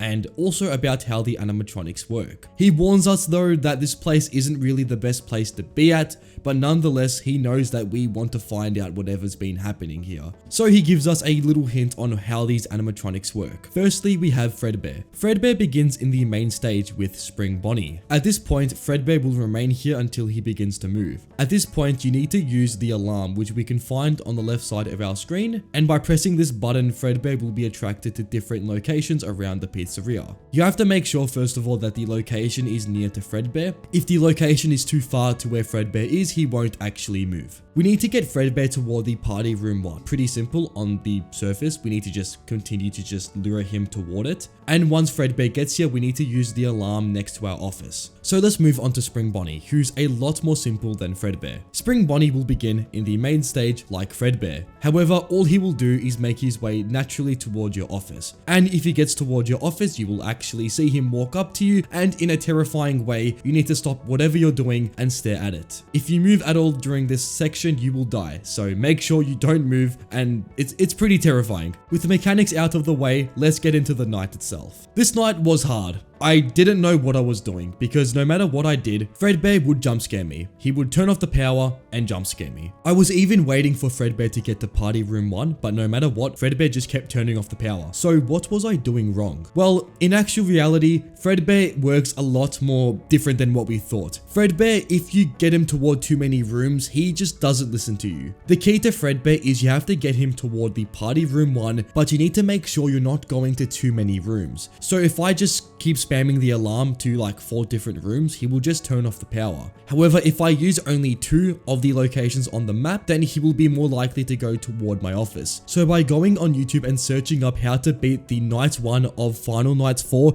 yes, I searched this up, you need to get Fredbear to the puppet corner and then get him toward the party room 1. So by only using 2 rooms, Fredbear would now be more likely to go toward the hallway and, you know, not turning off my power and jump scaring me. We actually got through night 1, and yes, this took me nearly 40 minutes to do, but let's move on. We now move into a new post-night section, and this one is located in a house in the middle of nowhere. This house seemingly belongs to William, but let's get into that a bit later. We arrive on the outside of the premises, and we now need to get toward the back shed. In the back shed, we find a cleaver, just a knife, pretty much. And with this knife, we can now make our way into the premises. So by going to the front and by cutting off the power supply, we actually make our way into the house. We then peek through the front door. However, Freddy didn't like this at all and proceeds to actually knock our head in. And we then go unconscious and we are dragged into the house. I'm not too sure what Freddy really wanted from us, but he knocked us out, so yeah. With us in the house, we have to find a way out. So obviously, the first thing we do is we find a valve. We also find that the animatronics actually house some like gas, laughing gas, some like Joker shit, and this is what William supposedly used in the pizzeria, so pretty insane stuff. But moving on, we grab a crank and we crank this Fredbear head, which then decides to explode. However, Chica is now chasing us, so I guess that wasn't a good idea. With Chica on our backs, we have to go straight toward the staircase and hide behind this debris. Chica then completely loses sight of us, although we were literally being chased on the side of the debris. So I'm not sure how Chica really stuffed this up, but I guess she did. And moving on to our next post-night game. This one is pretty confusing like the last one. Essentially, we need to keep our light on Chica. If we don't do this, she will eventually make a way toward us. And on the other side of this room is Freddy. So we're pretty much cornered. Thankfully, Freddy isn't really the most aggressive. Freddy will move slowly toward us, and when he gets right behind us, we need to grab the crank and crank his head in. I guess. I don't know what this really does. And we need to repeat this multiple times, as eventually we explode Freddy. He explodes. And hopefully you've been keeping track of Chica, as she moves pretty fast. So if you've been doing that correctly, Chica shouldn't be... You shouldn't be dead. But however, she will be right at your door, so you need to go behind the door and wait till she goes in the room. And then you have to go right up behind her and crank her head in. So by cranking the animatronics, we escape the house. And then the puppet is late for like trick-or-treating or some shit and then goes, "What are you doing here?" And then we just burn the heads. I don't know. So let's move into night 2. And now we have the new animatronic, the Puppet Master. The Puppet Master likes attention, just like Jake Paul. And we need to keep our eye on her. So if she moves, we need to make sure we're tracking her camera. She will start in the puppet corner, no surprise, and she'll eventually make her way around the pizzeria. And each time she moves, we have to keep track of her. If we leave her for too long without checking her, she will kill us. There's also a pretty cool camera. If you look at the backstage camera and if the puppet's in that room, she actually stops and stares at the lifeless animatronic. I don't know, I found it quite cool and it might be lore related. You know what? No, it is lore related. Anyways, this night was exactly like night 1, however a little bit more difficult. But we eventually got through the night and made it through to the next night. This post-night section was pretty easy. We pretty much just go inside the pizzeria like the first one, and we then get knocked out by Freddy again. And what's with Freddy knocking us out? He just doesn't like us. Anyways, this Freddy looks like he's been through some stuff. We have a little conversation with him, which leads to nothing because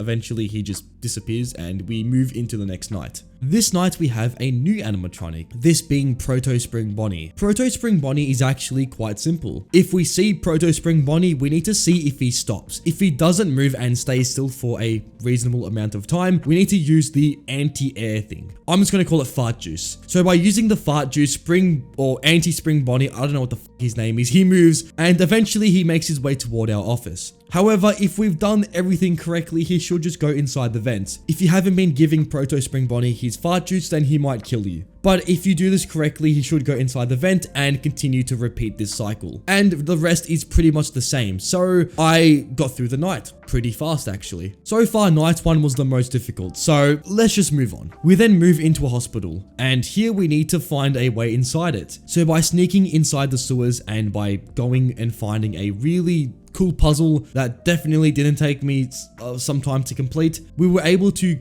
open the garage door. I don't know how this works, but I guess there was a power outage or something and maybe this turned on the power. Enough yapping, we go to the garage door and make our way inside the main area of the hospital. This place seems abandoned, no surprise there. And our next task is to just find a way to the top of the hospital. However, during this section, a entity will track us down. I don't know what this entity is called, but let's just call it Puppet 2. How Puppet 2 works is if you see a icon in your top right, you need to move. Yeah, pretty simple. We eventually find a keypad, and by entering the correct code, we then find a screwdriver. With this screwdriver, we go back toward the elevator and we find a circuit box, and by just yanking the thing open, we have to input a code. This is quite simple. If you see changing symbol, you press on changing symbol. Not going to go into too much detail there, but eventually we go toward the first floor and we make our way toward a projector. We turn off the projector, go back outside this room, go around this place, and we go inside another room. A lot of rooms, I know, but this room houses a chica. This chica just wants to play a game of peekaboo, so we go ahead and play it. If you see a chica move, you have to use your flashlight, and eventually multiple chicas will spawn in, so you have to always keep an eye on which one is the correct one. After this, we then go inside a hospital room. This room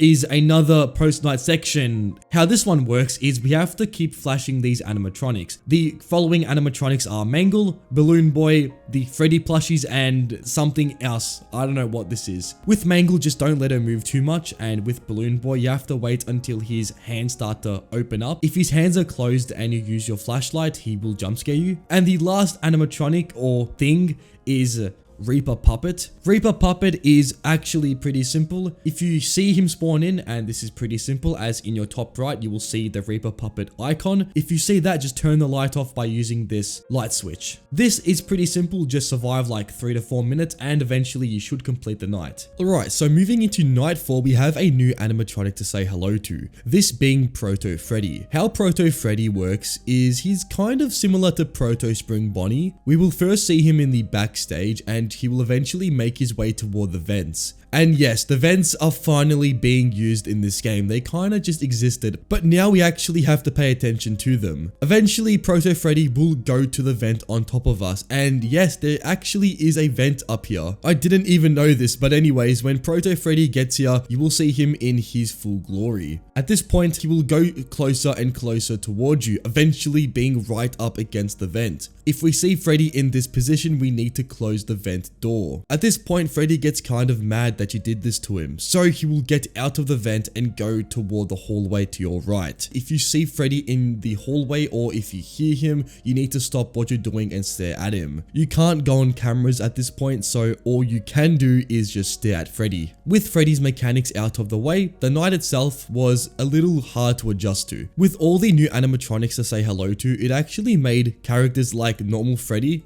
a lot harder to deal with. Like a lot of times my power would just shut off because I haven't been actively checking on normal Freddy. And even then at times I had to use the alarm next to my office, and with all the animatronics at my office, this wasn't really the best idea. But I soon realized that with the proto animatronics you can still use the alarm next to the office. So after learning this, the whole night became a lot more easier to deal with. With a few attempts later, I would have a really successful run. I would be getting all the animatronics just out of the way, but something happened at 5 AM that really took me off guard. I was really paying attention to the proto animatronics that I completely just forgot about the puppet. So at 5 AM, I actually learned that the puppet doesn't have a jump scare. All it does is with this little pen puppet, it uses it on the camera, and then you can't use it for the rest of the night. So at 5 AM, I had no camera, I had nothing. I just had to really just lock in and survive. The night was getting quite hard. All the animatronics were appearing at my office, but I thought and I believed that I could beat the night. And with enough luck, I would eventually successfully beat night 4. We then returned to the post-night section where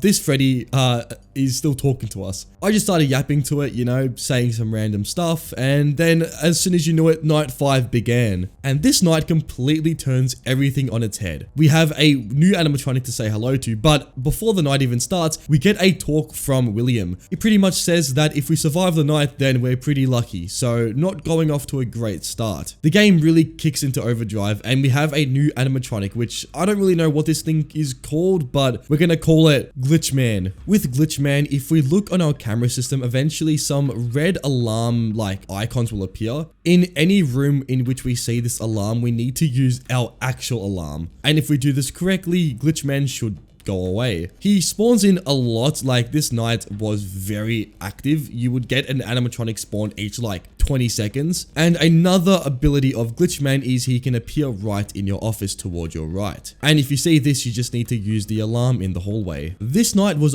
honestly not as bad as night 4. The beginning of the night was a little hard to get used to, and sometimes I noticed that I wouldn't be seeing the alarm because the alarm can happen in the same room in which you checked your last camera. And if you don't know, in this game, if you're on a room selected, it just has a white really blinding icon and you can't see the alarm. So sometimes I just had to use the alarm twice just to get rid of the threat. Also a bit random, but literally on night 4 I realized I was recording at 30 FPS, so I'm sorry if the gameplay up to night 4 looked like doo-doo. Don't worry, I've been using 60 FPS ever since night 4, so sorry about that. With enough attempts later, I would eventually beat the night, completing the events of Final Night 4. However, we weren't done yet. We had to now get out of the building. So by going through the hallways which we were defending for 5 nights, we would eventually find ourselves in a random room. And we would get knocked out again for the 5th time, is it? This game? Eventually we got knocked out and turned into one of the animatronics. This was the bad ending. Of course I got the bad ending. I just can't seem to get a good one in any game I play, to be honest. This was because I hadn't answered the questions from that Freddy thing before correctly, so we ended up just getting sent here for eternity pretty much. This game is one of the most iconic fan games ever made, and it's honestly a scary and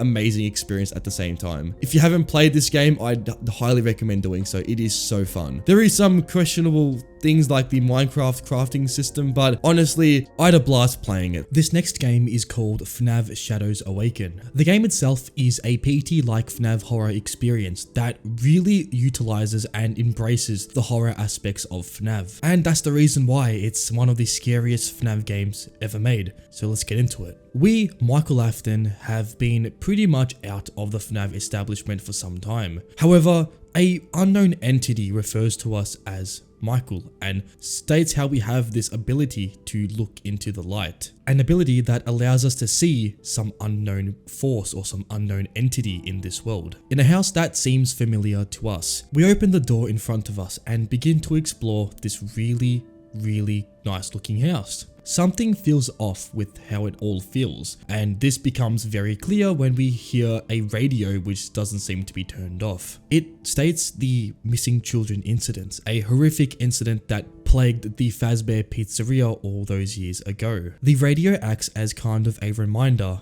of the very much bad history of Fazbear's Pizzeria and what it means to us, Michael Afton. Exploring the house for the first time felt very eerie. There's some unknown force that you can feel in every single room. It feels as if something is watching you, although nothing is actually there. We then go upstairs, and here we have access to two very familiar rooms. The first room being the plush trap room from FNAF 4. And we also see the FNAF 4 bedroom, so it's pretty clear that this game, or the house, is very much the same house from FNAF 4. To begin this game, we need to go toward this bedroom and press on this Freddy plushie. This will begin the game, and immediately our task is very clear. We need to find a flashlight, and the flashlight can spawn in multiple locations. I found my flashlight in the bathroom, however, I've seen multiple people find it in other locations. Once we pick up this flashlight, the room itself or the light bulb seems to just crack. This then leaves us in pitch darkness. However, a new light bulb can be found in this bathtub.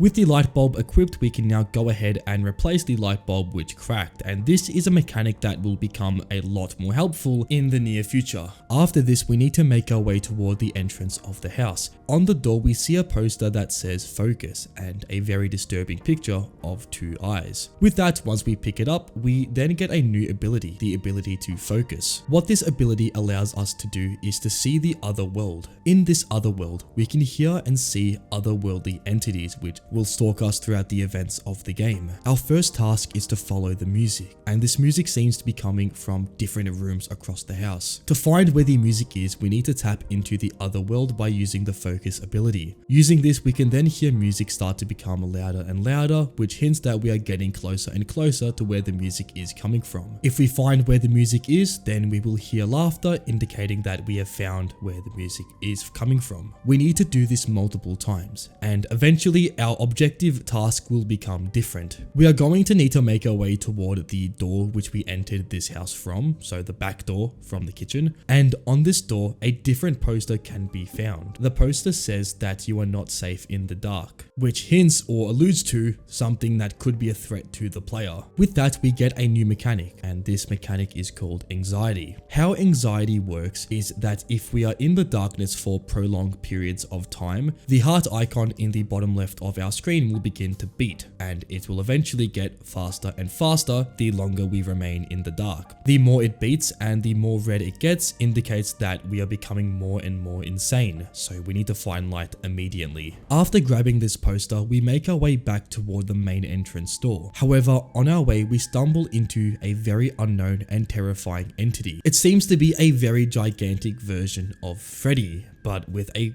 really unknown and very weird look to it. At this point, the main game begins, the game where we get stalked by Freddy. As we enter different rooms, Freddy will begin to pose in different areas. The key is to not go too close to Freddy, because if we do this, then we get jump scared. So we need to make sure that at all times we know where Freddy is, and for this section of the game, we can actually see him completely. So identifying where Freddy is not the issue, it's getting around him that is. What I found is by going to different rooms, you can actually make Freddy teleport. So by tricking Freddy and going to different rooms around where the front door is, we can actually make him teleport away from it. And at this point, we see another poster. The poster says repel, and this gives us our new mechanic, the repel mechanic. And the game gives us a new objective, to find a camera. However, as we are doing this, we are going to be stalked by Freddy, so we need to make sure we don't get too close to him. The camera in this playthrough was found in the bathroom again. However, like before, the camera can spawn in multiple locations. By finding the camera, we can now use the repel mechanic,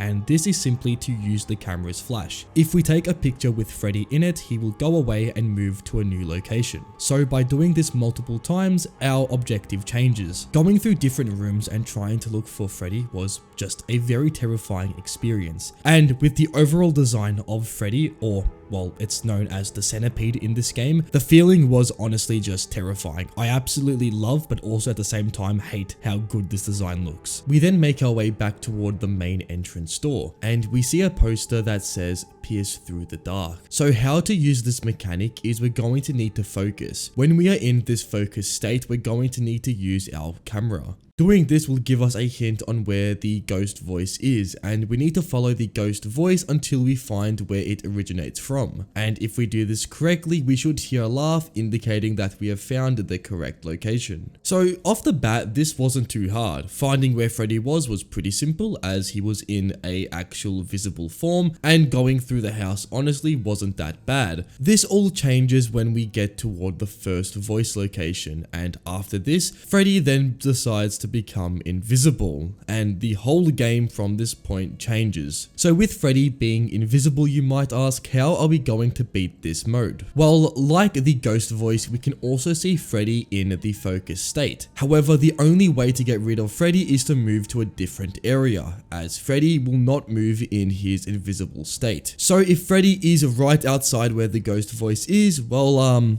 you're not going to be getting anywhere near it until he moves, which can just take any amount of time. It kind of depends on the area you are in and the location you are in. He kind of moves near where you are, so yeah. This is where the game gets pretty challenging, as you need to always be on your lookout, as Freddy can literally be right in front of you at any stage. And as I mentioned before, running straight into Freddy results in a jump scare. After finding the ghost on numerous occasions, something really bad happens. The house starts to flicker with the light bulbs becoming very fragile, and then it just becomes dark. And as I mentioned before, if you're in the dark, your anxiety goes up. And eventually it goes into the red state, or the state where you need to find a light immediately. Because if you don't, then Freddy becomes extremely active and will hunt you down, and I don't think that's what we really want here. Going toward a light bulb and repairing it, we get out of this state just before Freddy decides to jump scare us. This next part results in the house becoming very dark. However, to light up the house, we're going to need to find the light bulbs, which can be found in any location. They're not really in one certain spot. There will always be 2 light spots throughout the house that will always have light. However, the remainder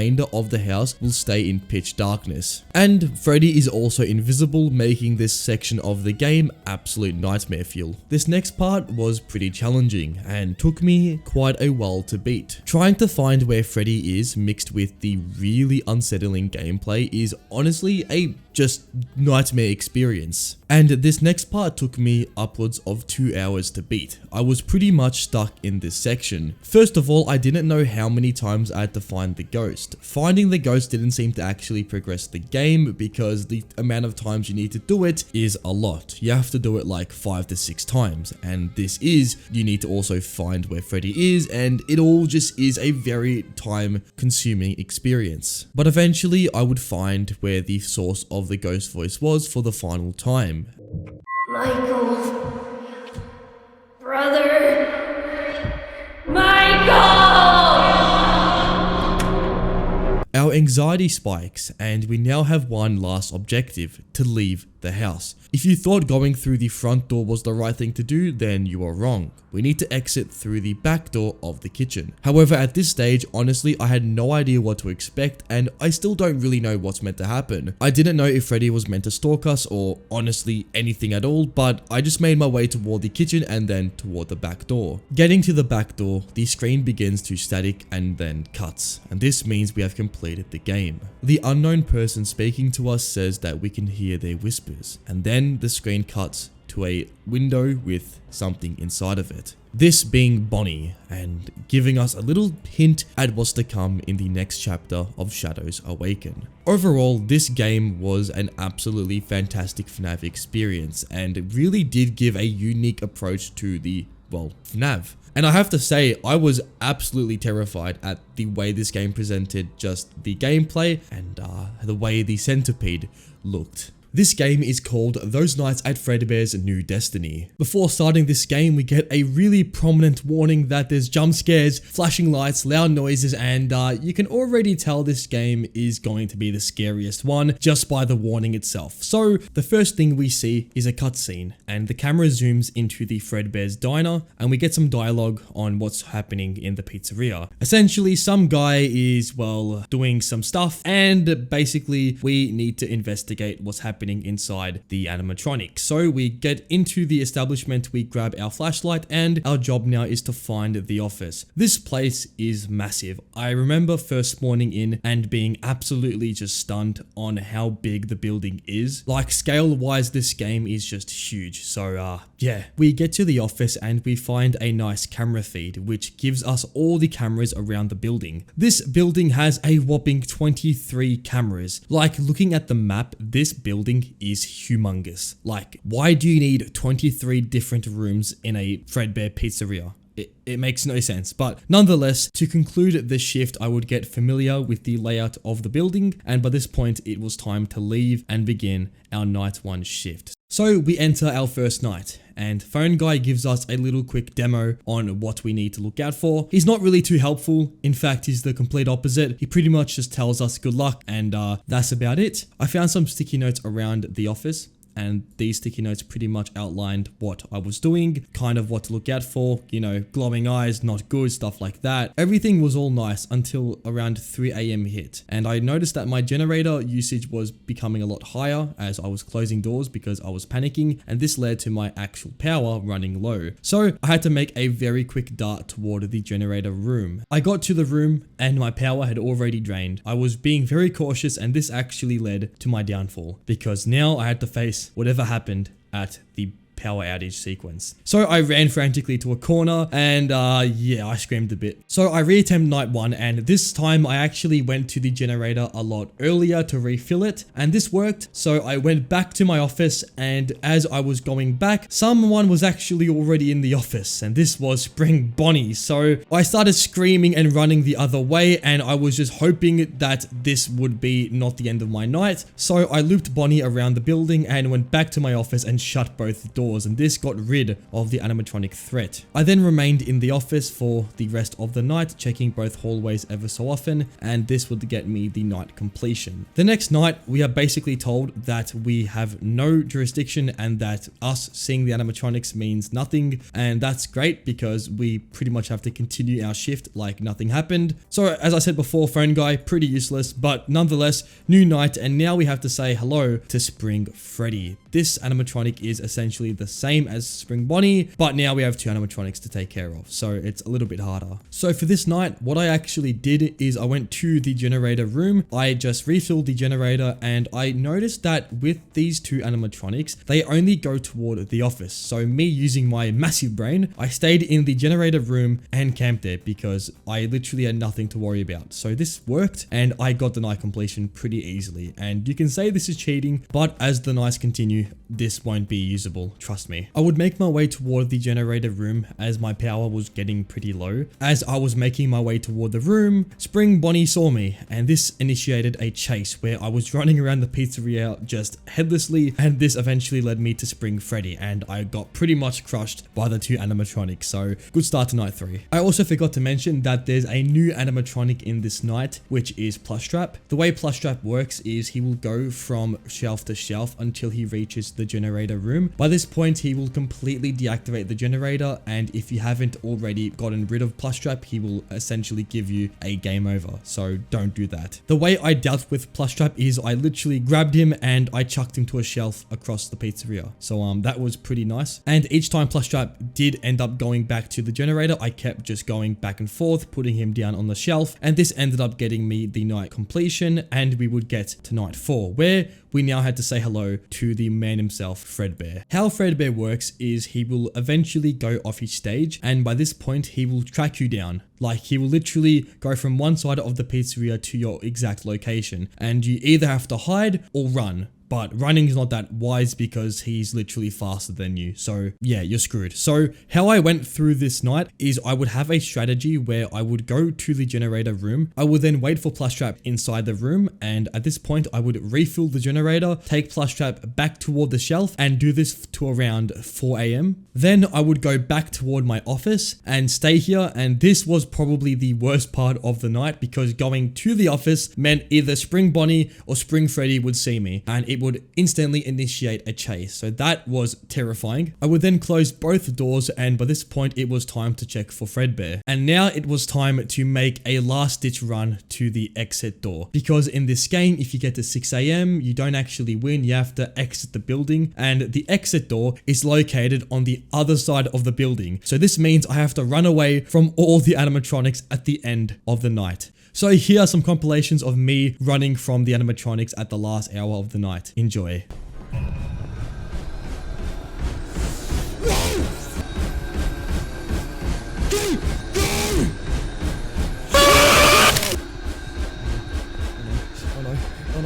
Oh no.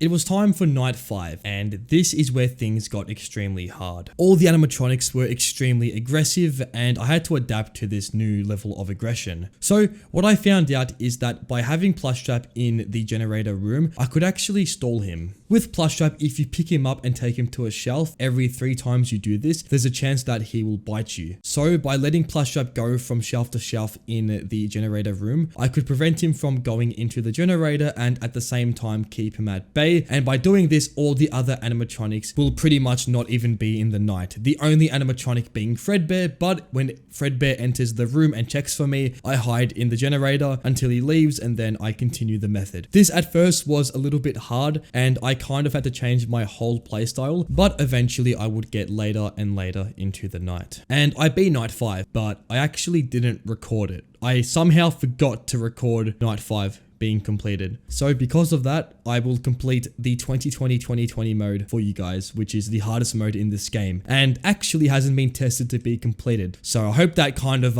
makes things a lot less, bad. So it was clear this mode from the get-go was gonna be brutally tough, but I had devised a plan that could potentially see us completing this night and therefore making it somewhat possible. So this is how it would go. Essentially, on the beginning of the night, I would make my way to the generator room. I would ignore every single animatronic except Plushtrap and Fredbear, and that would pretty much eliminate half the animatronics in the game. When I got to the generator room, it was a matter of just keeping Plushtrap at bay. I learned pretty early on that Plushtrap works as so. There's certain areas where Plushtrap is more likely to go back to the old shelf than he is from going to the new shelf. I kept Plushtrap in a certain area where he would always go to his old shelf, which was around this point of the map. The red dots on the map signify his movesets and where he would go from one area to the other. By using my flashlight as Plushtrap gets toward this area, he is always more likely to go back to the old shelf than he is going to the new shelf. And this eliminates the threat of me being bit because I actually don't need to grab Plushtrap, only if he gets too close to the generator room and I feel that it is too unsafe. This strat was just me experimenting with the game because I knew that me running around with the animatronics would simply not work. So here we are, and honestly it works pretty well. If you get really good at Plushtrap RNG, you can even keep him before the shelf, which is pretty good because as long as he doesn't get toward the generator, you're pretty much good to go. I would attempt this night for multiple hours. The main issue was Fredbear, and when he entered my room, if I was dealing with Plushtrap and this happened, it was essentially a game over. Another issue was when Plushtrap bites me. This happens once every 3 times you grab him, and if you're not careful, it can really be dangerous, especially if you're already in the generator room itself. So to be safe, I would often just put Plushtrap on the shelf every 2 goes as to not risk going through a power outage. So eventually I would get a really good run. However, at around 5:50 AM, Plushtrap would enter my generator, and this would initiate a power outage sequence. With not much time left, I would make my way directly toward the exit. All that remained was Fredbear, and thankfully, he didn't become aggressive until I left the building. If Fredbear had become active, it would have been a very close exit. But that concludes the max difficulty night in Those Nights at Freddy's. To conclude, we get this really cool animation of all the animatronics staring us down with text saying that it's over now. So we also get the extras menu, and here we can see all the animatronics in all their glory. I just found that the size of Plushtrap compared to everything else was just absolutely hilarious. Like, look at this little dude. It's kind of insane how he became the most dangerous animatronic in this whole game. We also get some cool behind the scenes of the game's development and just some really awesome pictures of the animatronics. Just, yeah. And with that, that's about it. That was Those Nights at Freddy's. Overall, a very fun and scary FNAF game. It is a remake of Nixon's original back in 2015, but nonetheless, it is an awesome, just kind of homage to Nixon's game. So, very well done. We start this game off and immediately something is not right. It appears that we are being stalked by an unknown entity. We are then met with a blue screen, but don't worry, it's just an in-game cutscene. And the game begins. Our job here is to survive the night, and that's about it. We are given 3 cameras to check on the animatronics. We are also given a pretty bad flashlight that, in all honesty, is pretty bad. You constantly need to be recharging it, so yeah. Around the room we are in, we have a bunch of drawers and a bunch of closets, which can house the fuses which we need to keep the place running. We also have a fuse box, and it is very important that we keep things going and nothing, runs out of battery, because if it does, let's just say it's not going to end well. We need to keep looking for these fuses as our overall power will eventually go down, and if we drain too low, then we will have a power outage sequence. My first time playing, I was crowded in the corner of the fuse box room, and I was absolutely terrified. The sounds mixed with the very eerie Theodore march creates a very intense scene. Thankfully, nothing happened. I was in the dark for a while, but eventually my computer would start to make some noise. So, intrigued, I would go back to my computer and boot it up. Here we see some messages on the computer screen, and it appears to be coming from someone called the Curator. It appears that they have constructed this game that we are currently playing, and it establishes the rules which we must adhere to. To win, we have to find the bear and blind it. We need to do this until the clock completes a full rotation. And if you don't know, that means we have to stay alive for 12 hours, so double the original game's length. And like that, we are sent back to the game, and at this point I was very confused on what I should be doing. My original thought was just stay alive for as long as I could, and eventually my power would fully cut out. And by this point, I was checking my monitors still for some reason. I don't know why. I mean, there's nothing working, but eventually I would really start hearing these noises, and they would grow in its loudness, and I was starting to freak out. This was truly terrifying. Something would appear out of my front door, and some Freddy thing would jump scare me, and just, it was so bad. This jump scare was it was awesome. This is a 10 out of 10 on the jump scare scale. I was absolutely shocked at this jump scare and how good it was. So after that terrifying experience, it was back to going on the computer and checking for new hints, and we would get new hints on the bunny or Bonnie, and it is told that we should not look at it directly. So knowing this, I still got jump scared by Bonnie, and I got punched in the head. Again, that was fun.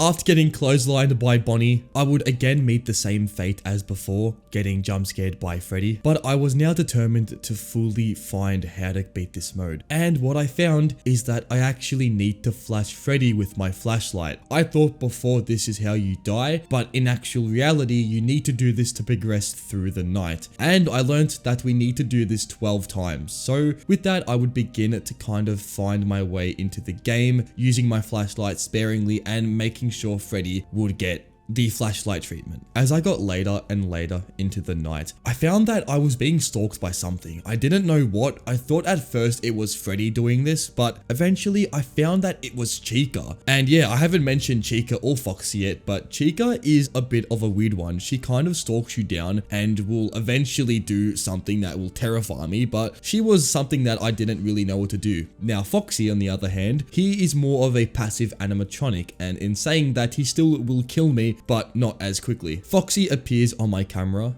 and if I see him, I have to stare directly in his eye, and he will go through like 3 phases, and if I do this correctly, he should go away. If I somehow, if I mistake Foxy for Freddy and flash him with my flashlight, then I die, and if I let him stay in the camera for too long, I also die, but a lot more horrifically. I found for this night especially, it's very important to be holding a fuse, at all times, just in case the power does go out, because what I learned is if you don't have a fuse in your hand and that power goes out, you're dead. You're dead. Eventually, I would get pretty far into the night, and in saying that, we were about like 9 AM or PM or whatever, but eventually Chica literally went through my roof. She started dangling in some goo pile, and I know that sounds pretty weird, but she was in my roof and I had to react very fast. Me being the absolute smart genius that I am, I did nothing and was just terrified. I stood there still, and this led to another power out sequence. I just can't win in this game. What I found later on is that Chica, when she spawns in, you have to look for her little cupcakes that spawn around the office, because I was meant to know that, and you're meant to use the flashlight on them, and they're so cute, but they're so annoying at the same time. Like, can you just go away? Please, I am trying to beat this game. But nonetheless, eventually, I would learn how to deal with these little things, and this kind of gave me a little advantage because I knew every single animatronic and their mechanic. Well, I thought I did until I died another 20 times.